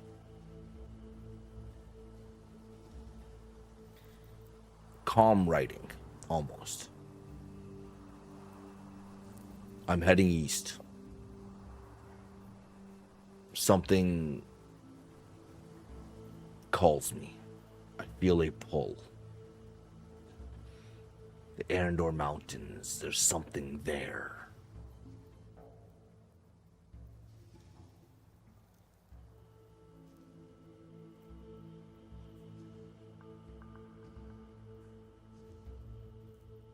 I found something here.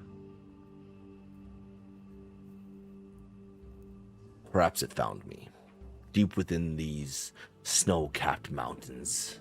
Behind stone, untouched by mortal hands, I discovered an archway, a gate. The moment I placed my hand upon it, I felt Varos. I fell to my knees. He is there. Not alive, not as he was, but his soul, his essence, the part of him that came from Umbral. It remains. The gate opened. Beyond it lies the realm he remembered. Endless twilight, ancient forests, mountains among the clouds. I believe this to be his home. Then you see another entry. I built a wall today. It is poor, but it's still a wall. Varos would have told me so. I can almost hear him. I feel this gate needs to be protected. His soul is part of what holds this creature imprisoned. Then no king, mage, fool, or god will touch this place while I stand. So I built a wall, and tomorrow I will build another. The next entry you see is dated 37 years at the gate.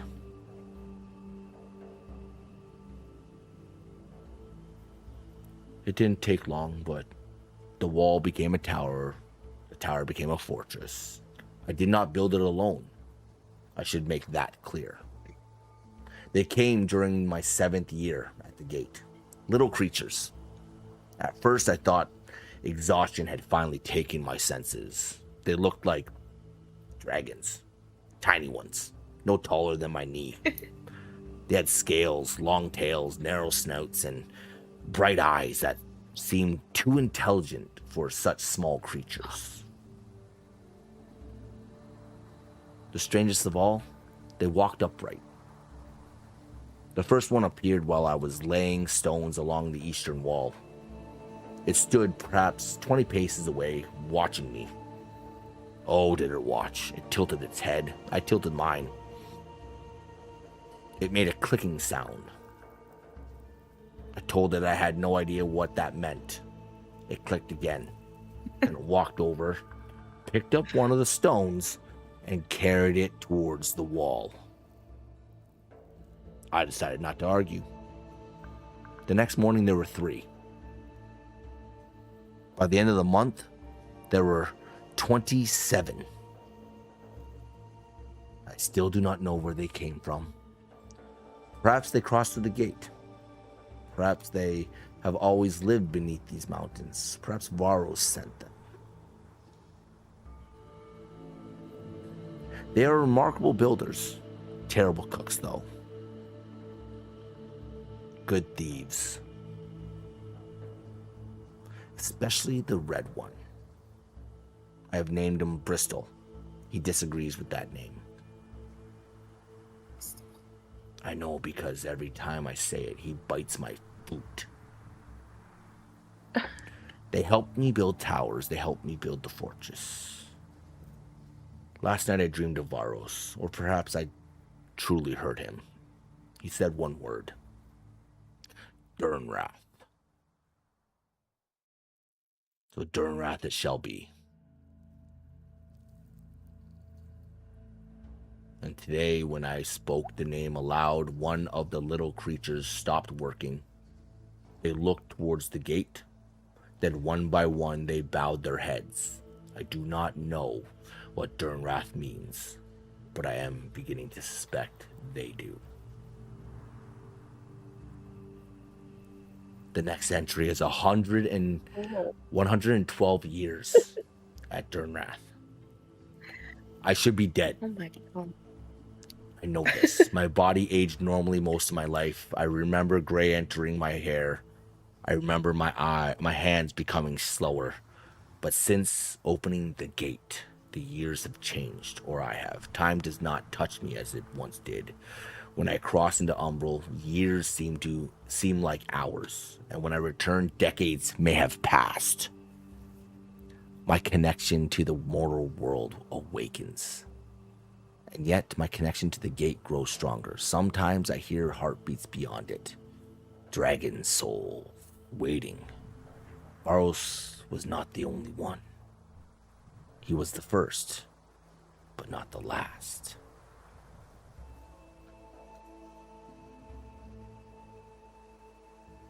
For centuries. Durnrath stands, the gate remains, the creature is still sealed. Varos remains part of the seal, and I remain its keeper. I understand now what the centuries have made of me. I am no longer simply Oakland Brimstone. I am not truly a rider anymore. My dragon is no longer flies beside me, but I am still bonded to what remains of him. Through that bond, I am tied to Umbral, to the gate, and every dragon soul waiting beyond it. Those little creatures, the little residents of Durnrath, have stopped calling me Oakland. And they started referring to me as Wild Oak.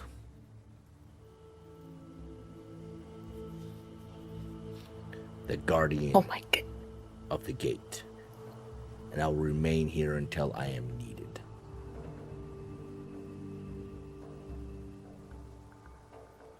The final entry on the last page. The world has grown quiet. No new call has come. The halls of Durnrath are emptying, and the world beyond these walls have begun forgetting riders. Soon they will forget dragons. Perhaps that is for the best. I will cross into Umbral, and I do not know how long I will remain there. Years, centuries, time means little to me now. But I know this. If another soul crosses from Umbral, if another egg awakens, if another mortal hears a heartbeat that is not their own, I will feel it. The bond will call me. I will return. Not as Oakland Brimstone. He lived, he loved, he fought, he lost. And somewhere along the way, he became me. I am Wild Oak. I am the keeper of Umbral. And when the riders are called again, I will come home. That's the end of the book. Oh.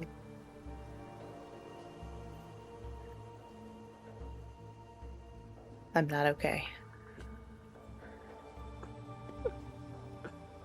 The roller coaster of emotions here. Oh my gosh. Are you okay, Ronnie? Yeah.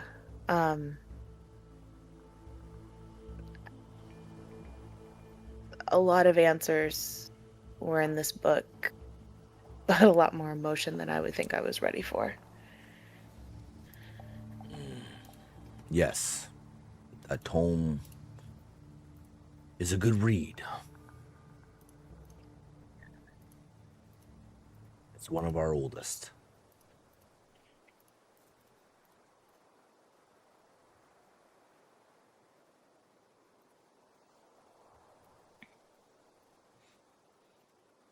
I know what you are, Ronnie. I have suspected for a long time, and I know what your friends are.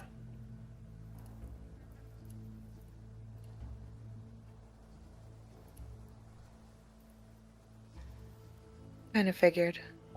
You. Not too much get past you. You have a daunting task ahead of you, and the world has been changing ever so the last few months. I am to believe that wherever this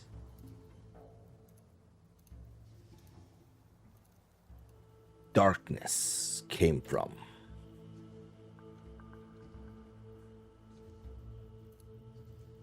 it originated here, somewhere in the Scorched Mountains.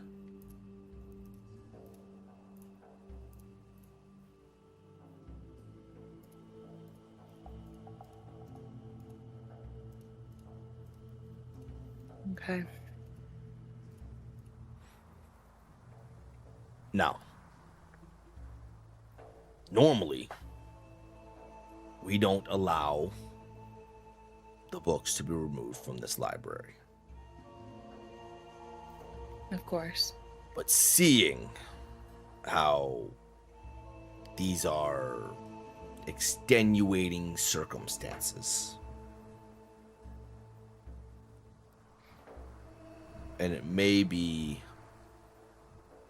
smart for you to include your friends, you may want to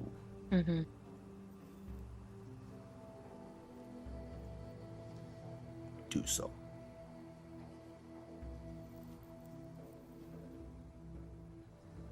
Yeah, if you don't mind, I'd like to be able to go over this with them. I wish they would have come, here. It would have made it a little easier.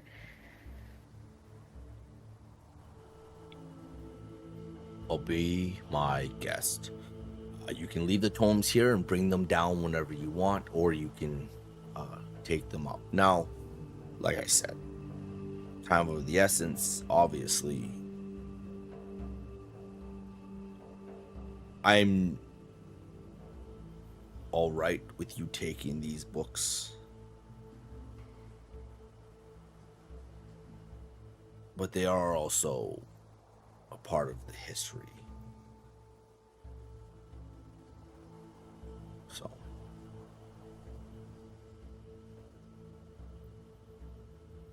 I think I would rather bring them down here. All right. I appreciate your willingness to protect. You will have access to this library. You actually, it's funny. You know that little viewpoint that you enjoy so much when you were younger? That little getaway that you Yeah, thought I was do. so sacred? Yeah. Well, come with me. Okay. As he begins to lead you away from the table, and he takes a corridor that goes off to the right. And after about 10 minutes of walking, and it feels like a maze, you take a couple of lefts and a right and a left again. You end up in this one corridor that kind of breaks off and heads down. And you get to a wall that, again, he puts his hand against, and a rune opens up, and you start to see it slide to the side. As you look through, you see that spot where you'd love to go sit and look out into the mountains.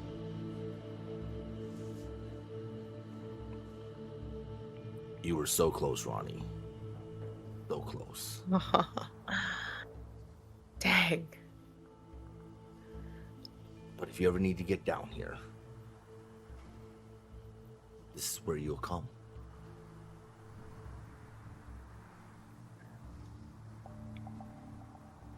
Is there any special way to open it? Well, you see right here as he steps out and he looks at the wall on the right hand side, just down below it, there is what looks like a smooth area. It's not noticeable, but unless you're looking for it, he says, place your hand upon there. I will. You feel this warmth come from the stone, and as you do, you see this rune kind of circle around your hand as you hold it there. And then you feel it feels like it's almost like the stone is a button, and as you feel it, you kind of like push in just a little, like it shifts in a little, and then you see the walls close. There are many of these around the sanctum. And mostly the historians and the elders have access. But I guess in this case,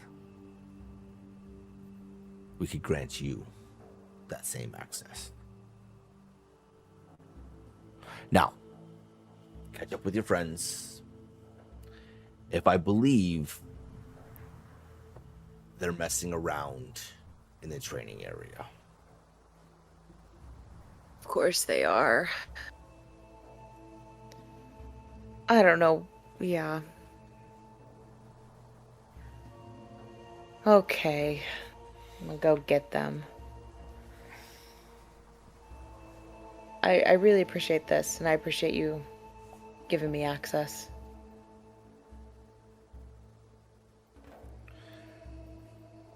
Yes, Ronnie. Well, we hope that you learn where you've come from and you succeed in where you're going. I hope so as well. Now, Seems like there's a lot resting on it. there is. There is. As you see him as he gives you that coy grin again, puts his hands behind his back, and then starts walking down the corridor that leads from this little overlook.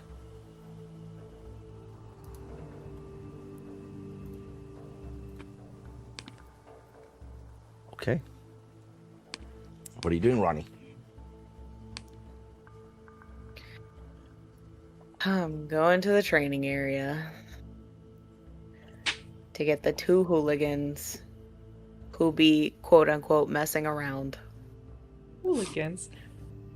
3 angels. Hooligans. Were you even just sitting in the training area having a good time? Good chit chat? About the good old days. Yeah.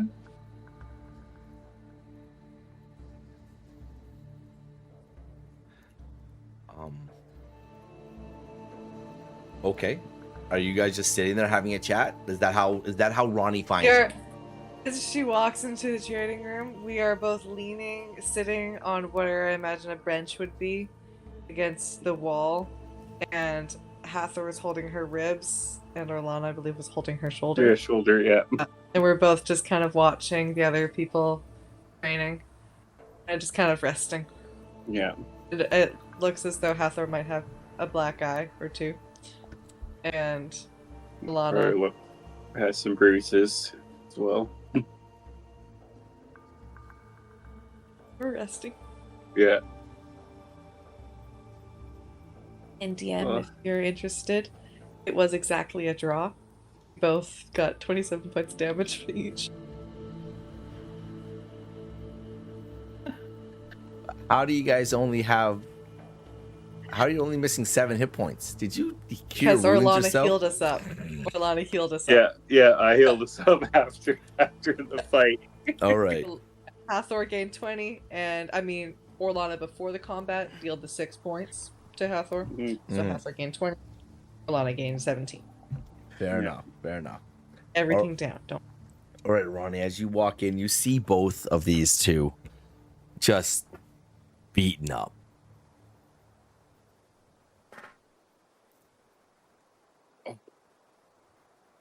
I look Yeah, I forward don't to know a how I expected rematch. to find you guys, but who won? I did. I'd say it's a draw. Alana decided to get a couple dirty tricks in at the end once we were both on the ground. She kicked me twice. And Yeah, poked me in the eye. eye. I mean, everything's fair, right? Yeah, that's what I thought. No. Oh, I throw Jake at my shoulder pretty good. Oh, Got you pretty good. and the ribs too. Oh, I only missed you twice. I hit you every other time. You were swing and a miss like 5 times, man. yeah. anything goes. You know, gotta hit when you Gotta hit and miss. Yeah, we gotta work on your hand to hand. Yeah. Like I feel like I improved somewhat, you know? Yeah. Oh, could always practice. And maybe Ronnie can teach us some tricks too. Yeah, we'll see, but Yeah, some tricks on not losing the fight. I mean, I'm still Yeah. working on some of them, but you know. You did kick Oman's ass pretty good. Yeah, something seemed off about that fight, though. He wasn't really his normal self. really. It was Really? weird. Maybe. Yeah, maybe I've just been gone too long. Yeah. You know, he might have been really missing your, what did he call it? The rivalry, in a way. He must have really missed that. Maybe that's what threw him off. Yeah, maybe. I don't know. It was weird. But we're gonna get a rematch, so it's okay. You're gonna go for Did you find what you were looking for, or did he find what he was looking for down there? Oh, I found so much out. You guys really need to come read this because I don't believe you're gonna believe me if I tell you. Yeah, well, Alana said there's a mural down there that's from the Vale, so I feel Yeah. like that's some solstice business, so I should. Oh yeah. I know we're that mural we walked by there, Ronnie. I've seen that before, and so has Hathor through different eyes. So that's why Okay. I came back to let her know, because that really caught my attention in its own way. But if we have to go Makes to that sense. library, let's go to this library and see what's going on. Yeah, do you need more? Are you holding up, Hathor? I'm fine. And as Hathor stands up, I'm gonna use 10 points from my healing pool. Okay. Think fast. Throw in another cheap shot. No, don't you dare. No. Hathor deflects easily and walks past. Oh, fall right behind Hathor. And I guess Hathor, you're following behind Ronnie. Yeah. Ronnie, sorry, Hathor, as you follow behind Ronnie,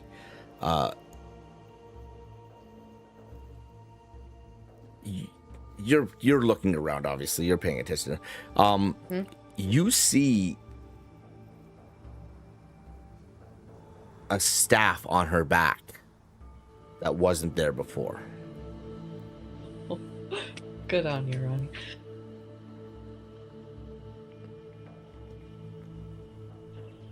Like, look it up and down. And I'm gonna do a quick arcana to be like, is it...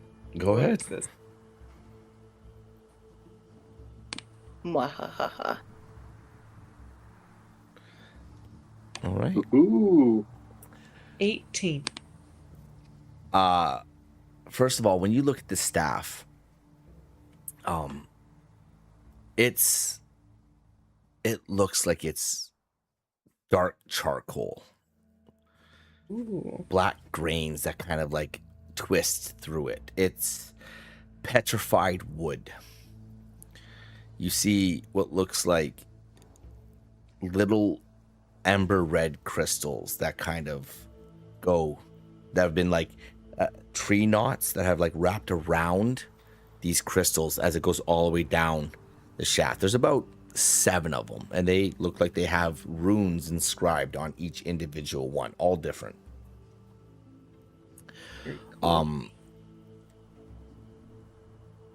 It, lack of a better way to to describe this, the staff looks like it's cracked volcanic stone, but looks like a branch, like petrified wood. Mm-hmm. And while you're looking at it, you can see those little crystals are kind of going. They're like pulsing almost in a way. Ronnie, you are leading them back to that entranceway? Yeah, back through my secret. Yeah, back through my secret passage. Okay. As you guys. Question. Yes. As the Arcana check, there is definitely magic coming from this staff. Oh, 100%. It's I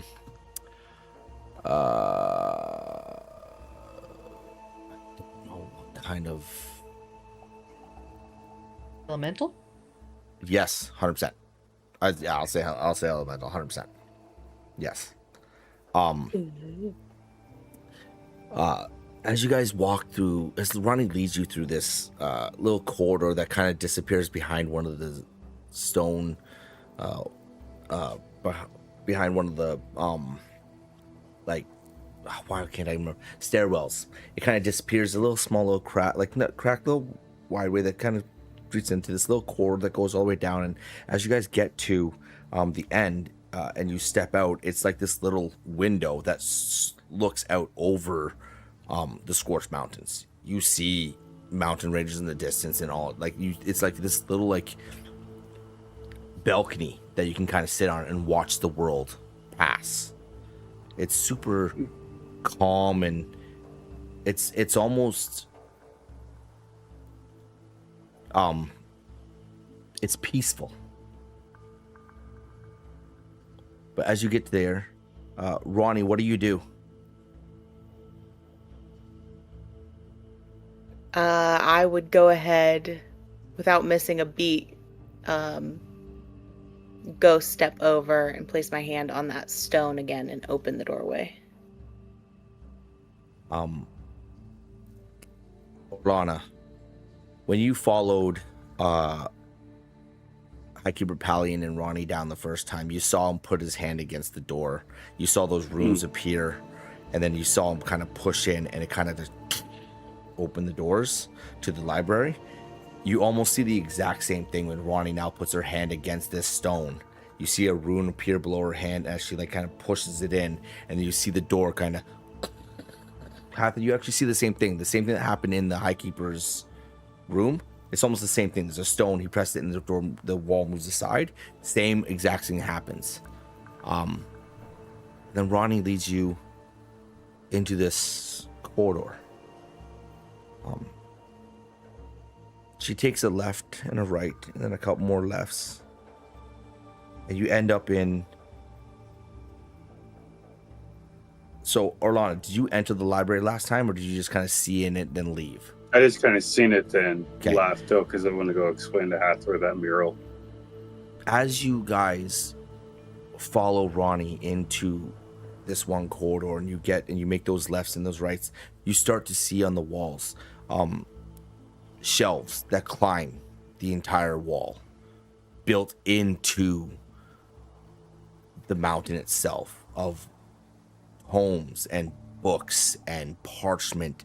From the little bit you've seen until you've gotten and you've made those few turns, once you get into this big room that has a big stone table in the center of it, it has a few books left on it. You see what looks like crystal lanterns that hang down that kind of disperse dim light. This library, from what you've seen so far, makes Eloria, like Loria, the library in Loria, look small. It is massive, and there are thousands upon thousands of books in here, and every single one of them look like they are handwritten, like not meticulously maintained, like they were handwritten, then put on a shelf and left. This is not a library that you see people come into and peruse regularly. This is like a vault in a way. And as you guys get up close to the stone table, And Ronnie, are you heading towards that book? Yeah, yeah, I'm walking towards it.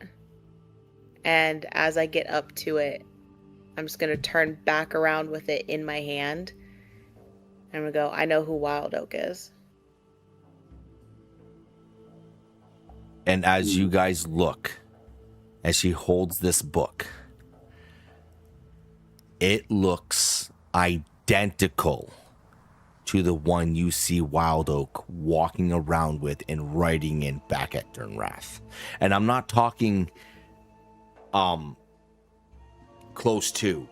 I'm talking a sheer copy of the same one. It's got that same tree on the front that branches out, the roots that dig into the ground, and that egg in the middle of it on the cover. And that's where we'll end it tonight. My poor notes. Poor notebook is missing at least 3 pages worth of notes. I know it. Yeah. Way more than 3. Oh, shit. Okay, so thank you, everyone. I for have hanging like out with 6. us.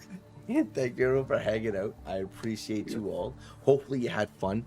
We tried the muting thing. How did that work for you guys? Did it kind of work well, or did you find yourself kind of getting bored? I'm sad. Sad that you were hearing what was going on? Yeah, especially when we started I seeing kind of liked it. Yeah? It's nice, not, it's nice to role play off of it, but play the game. I love learning the lore, and I know there are pieces that I'm never gonna know. I understand what's happening, but I'm kind of sad. All right. Well, here's what's going to happen in those scenarios. If it's ever a book or something, I have it all written out. So what I would probably end up doing in that scenario is I might just send you guys the book, like the write-up I have on it. If you decide to share it with each other and all stuff and everything like that, then you'll have all that lore available to you, kind of thing. But yes, I do understand where you're coming from with that. So we tried it. I'm not saying it's going to be a 100% staple. This is only going to happen when you guys split the party. So if you're together, it's never going to happen. But if you split the party, then it's just kind of like a, because now I don't know. Anyways, thank you all for hanging out. We really do appreciate it. Hopefully you had fun. I had fun, especially with that book. That book was just, oh my goodness. Gosh. I put so much into that book. I just started writing and didn't stop. It was so good. It was so good. Thank you all for joining us. And until next time, if you want to find out what has happened, you got to be here next Wednesday. But until then, deuces. Boy. Dice, shadows deep, dragons soar, secrets keep. Dungeons, dark treasures glow. Through the night, heroes grow. Roll for initiative, heroes' hearts so definitive. Take your chance, make it right in the game of endless night.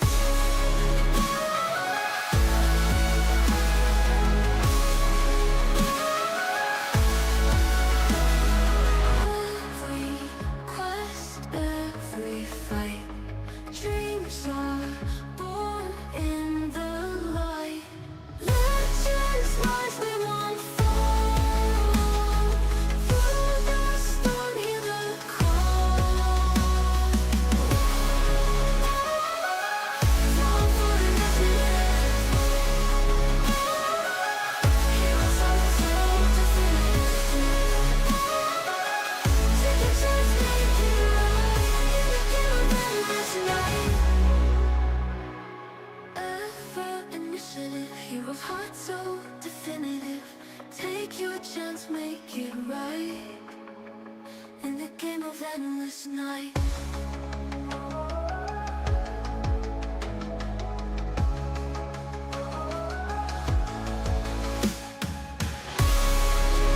Every quest, every fight, dreams are mine,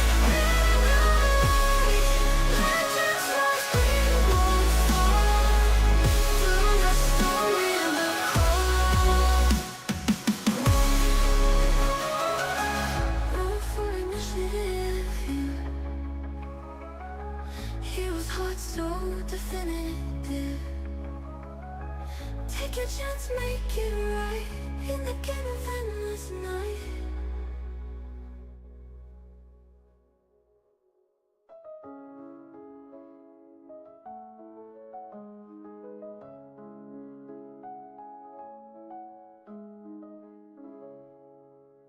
Every quest, every fight, dreams are born in the light. Legends rise, we won't fall. Through the storm, hear the call. Legends rise, we won't fall. Through the storm, hear the call.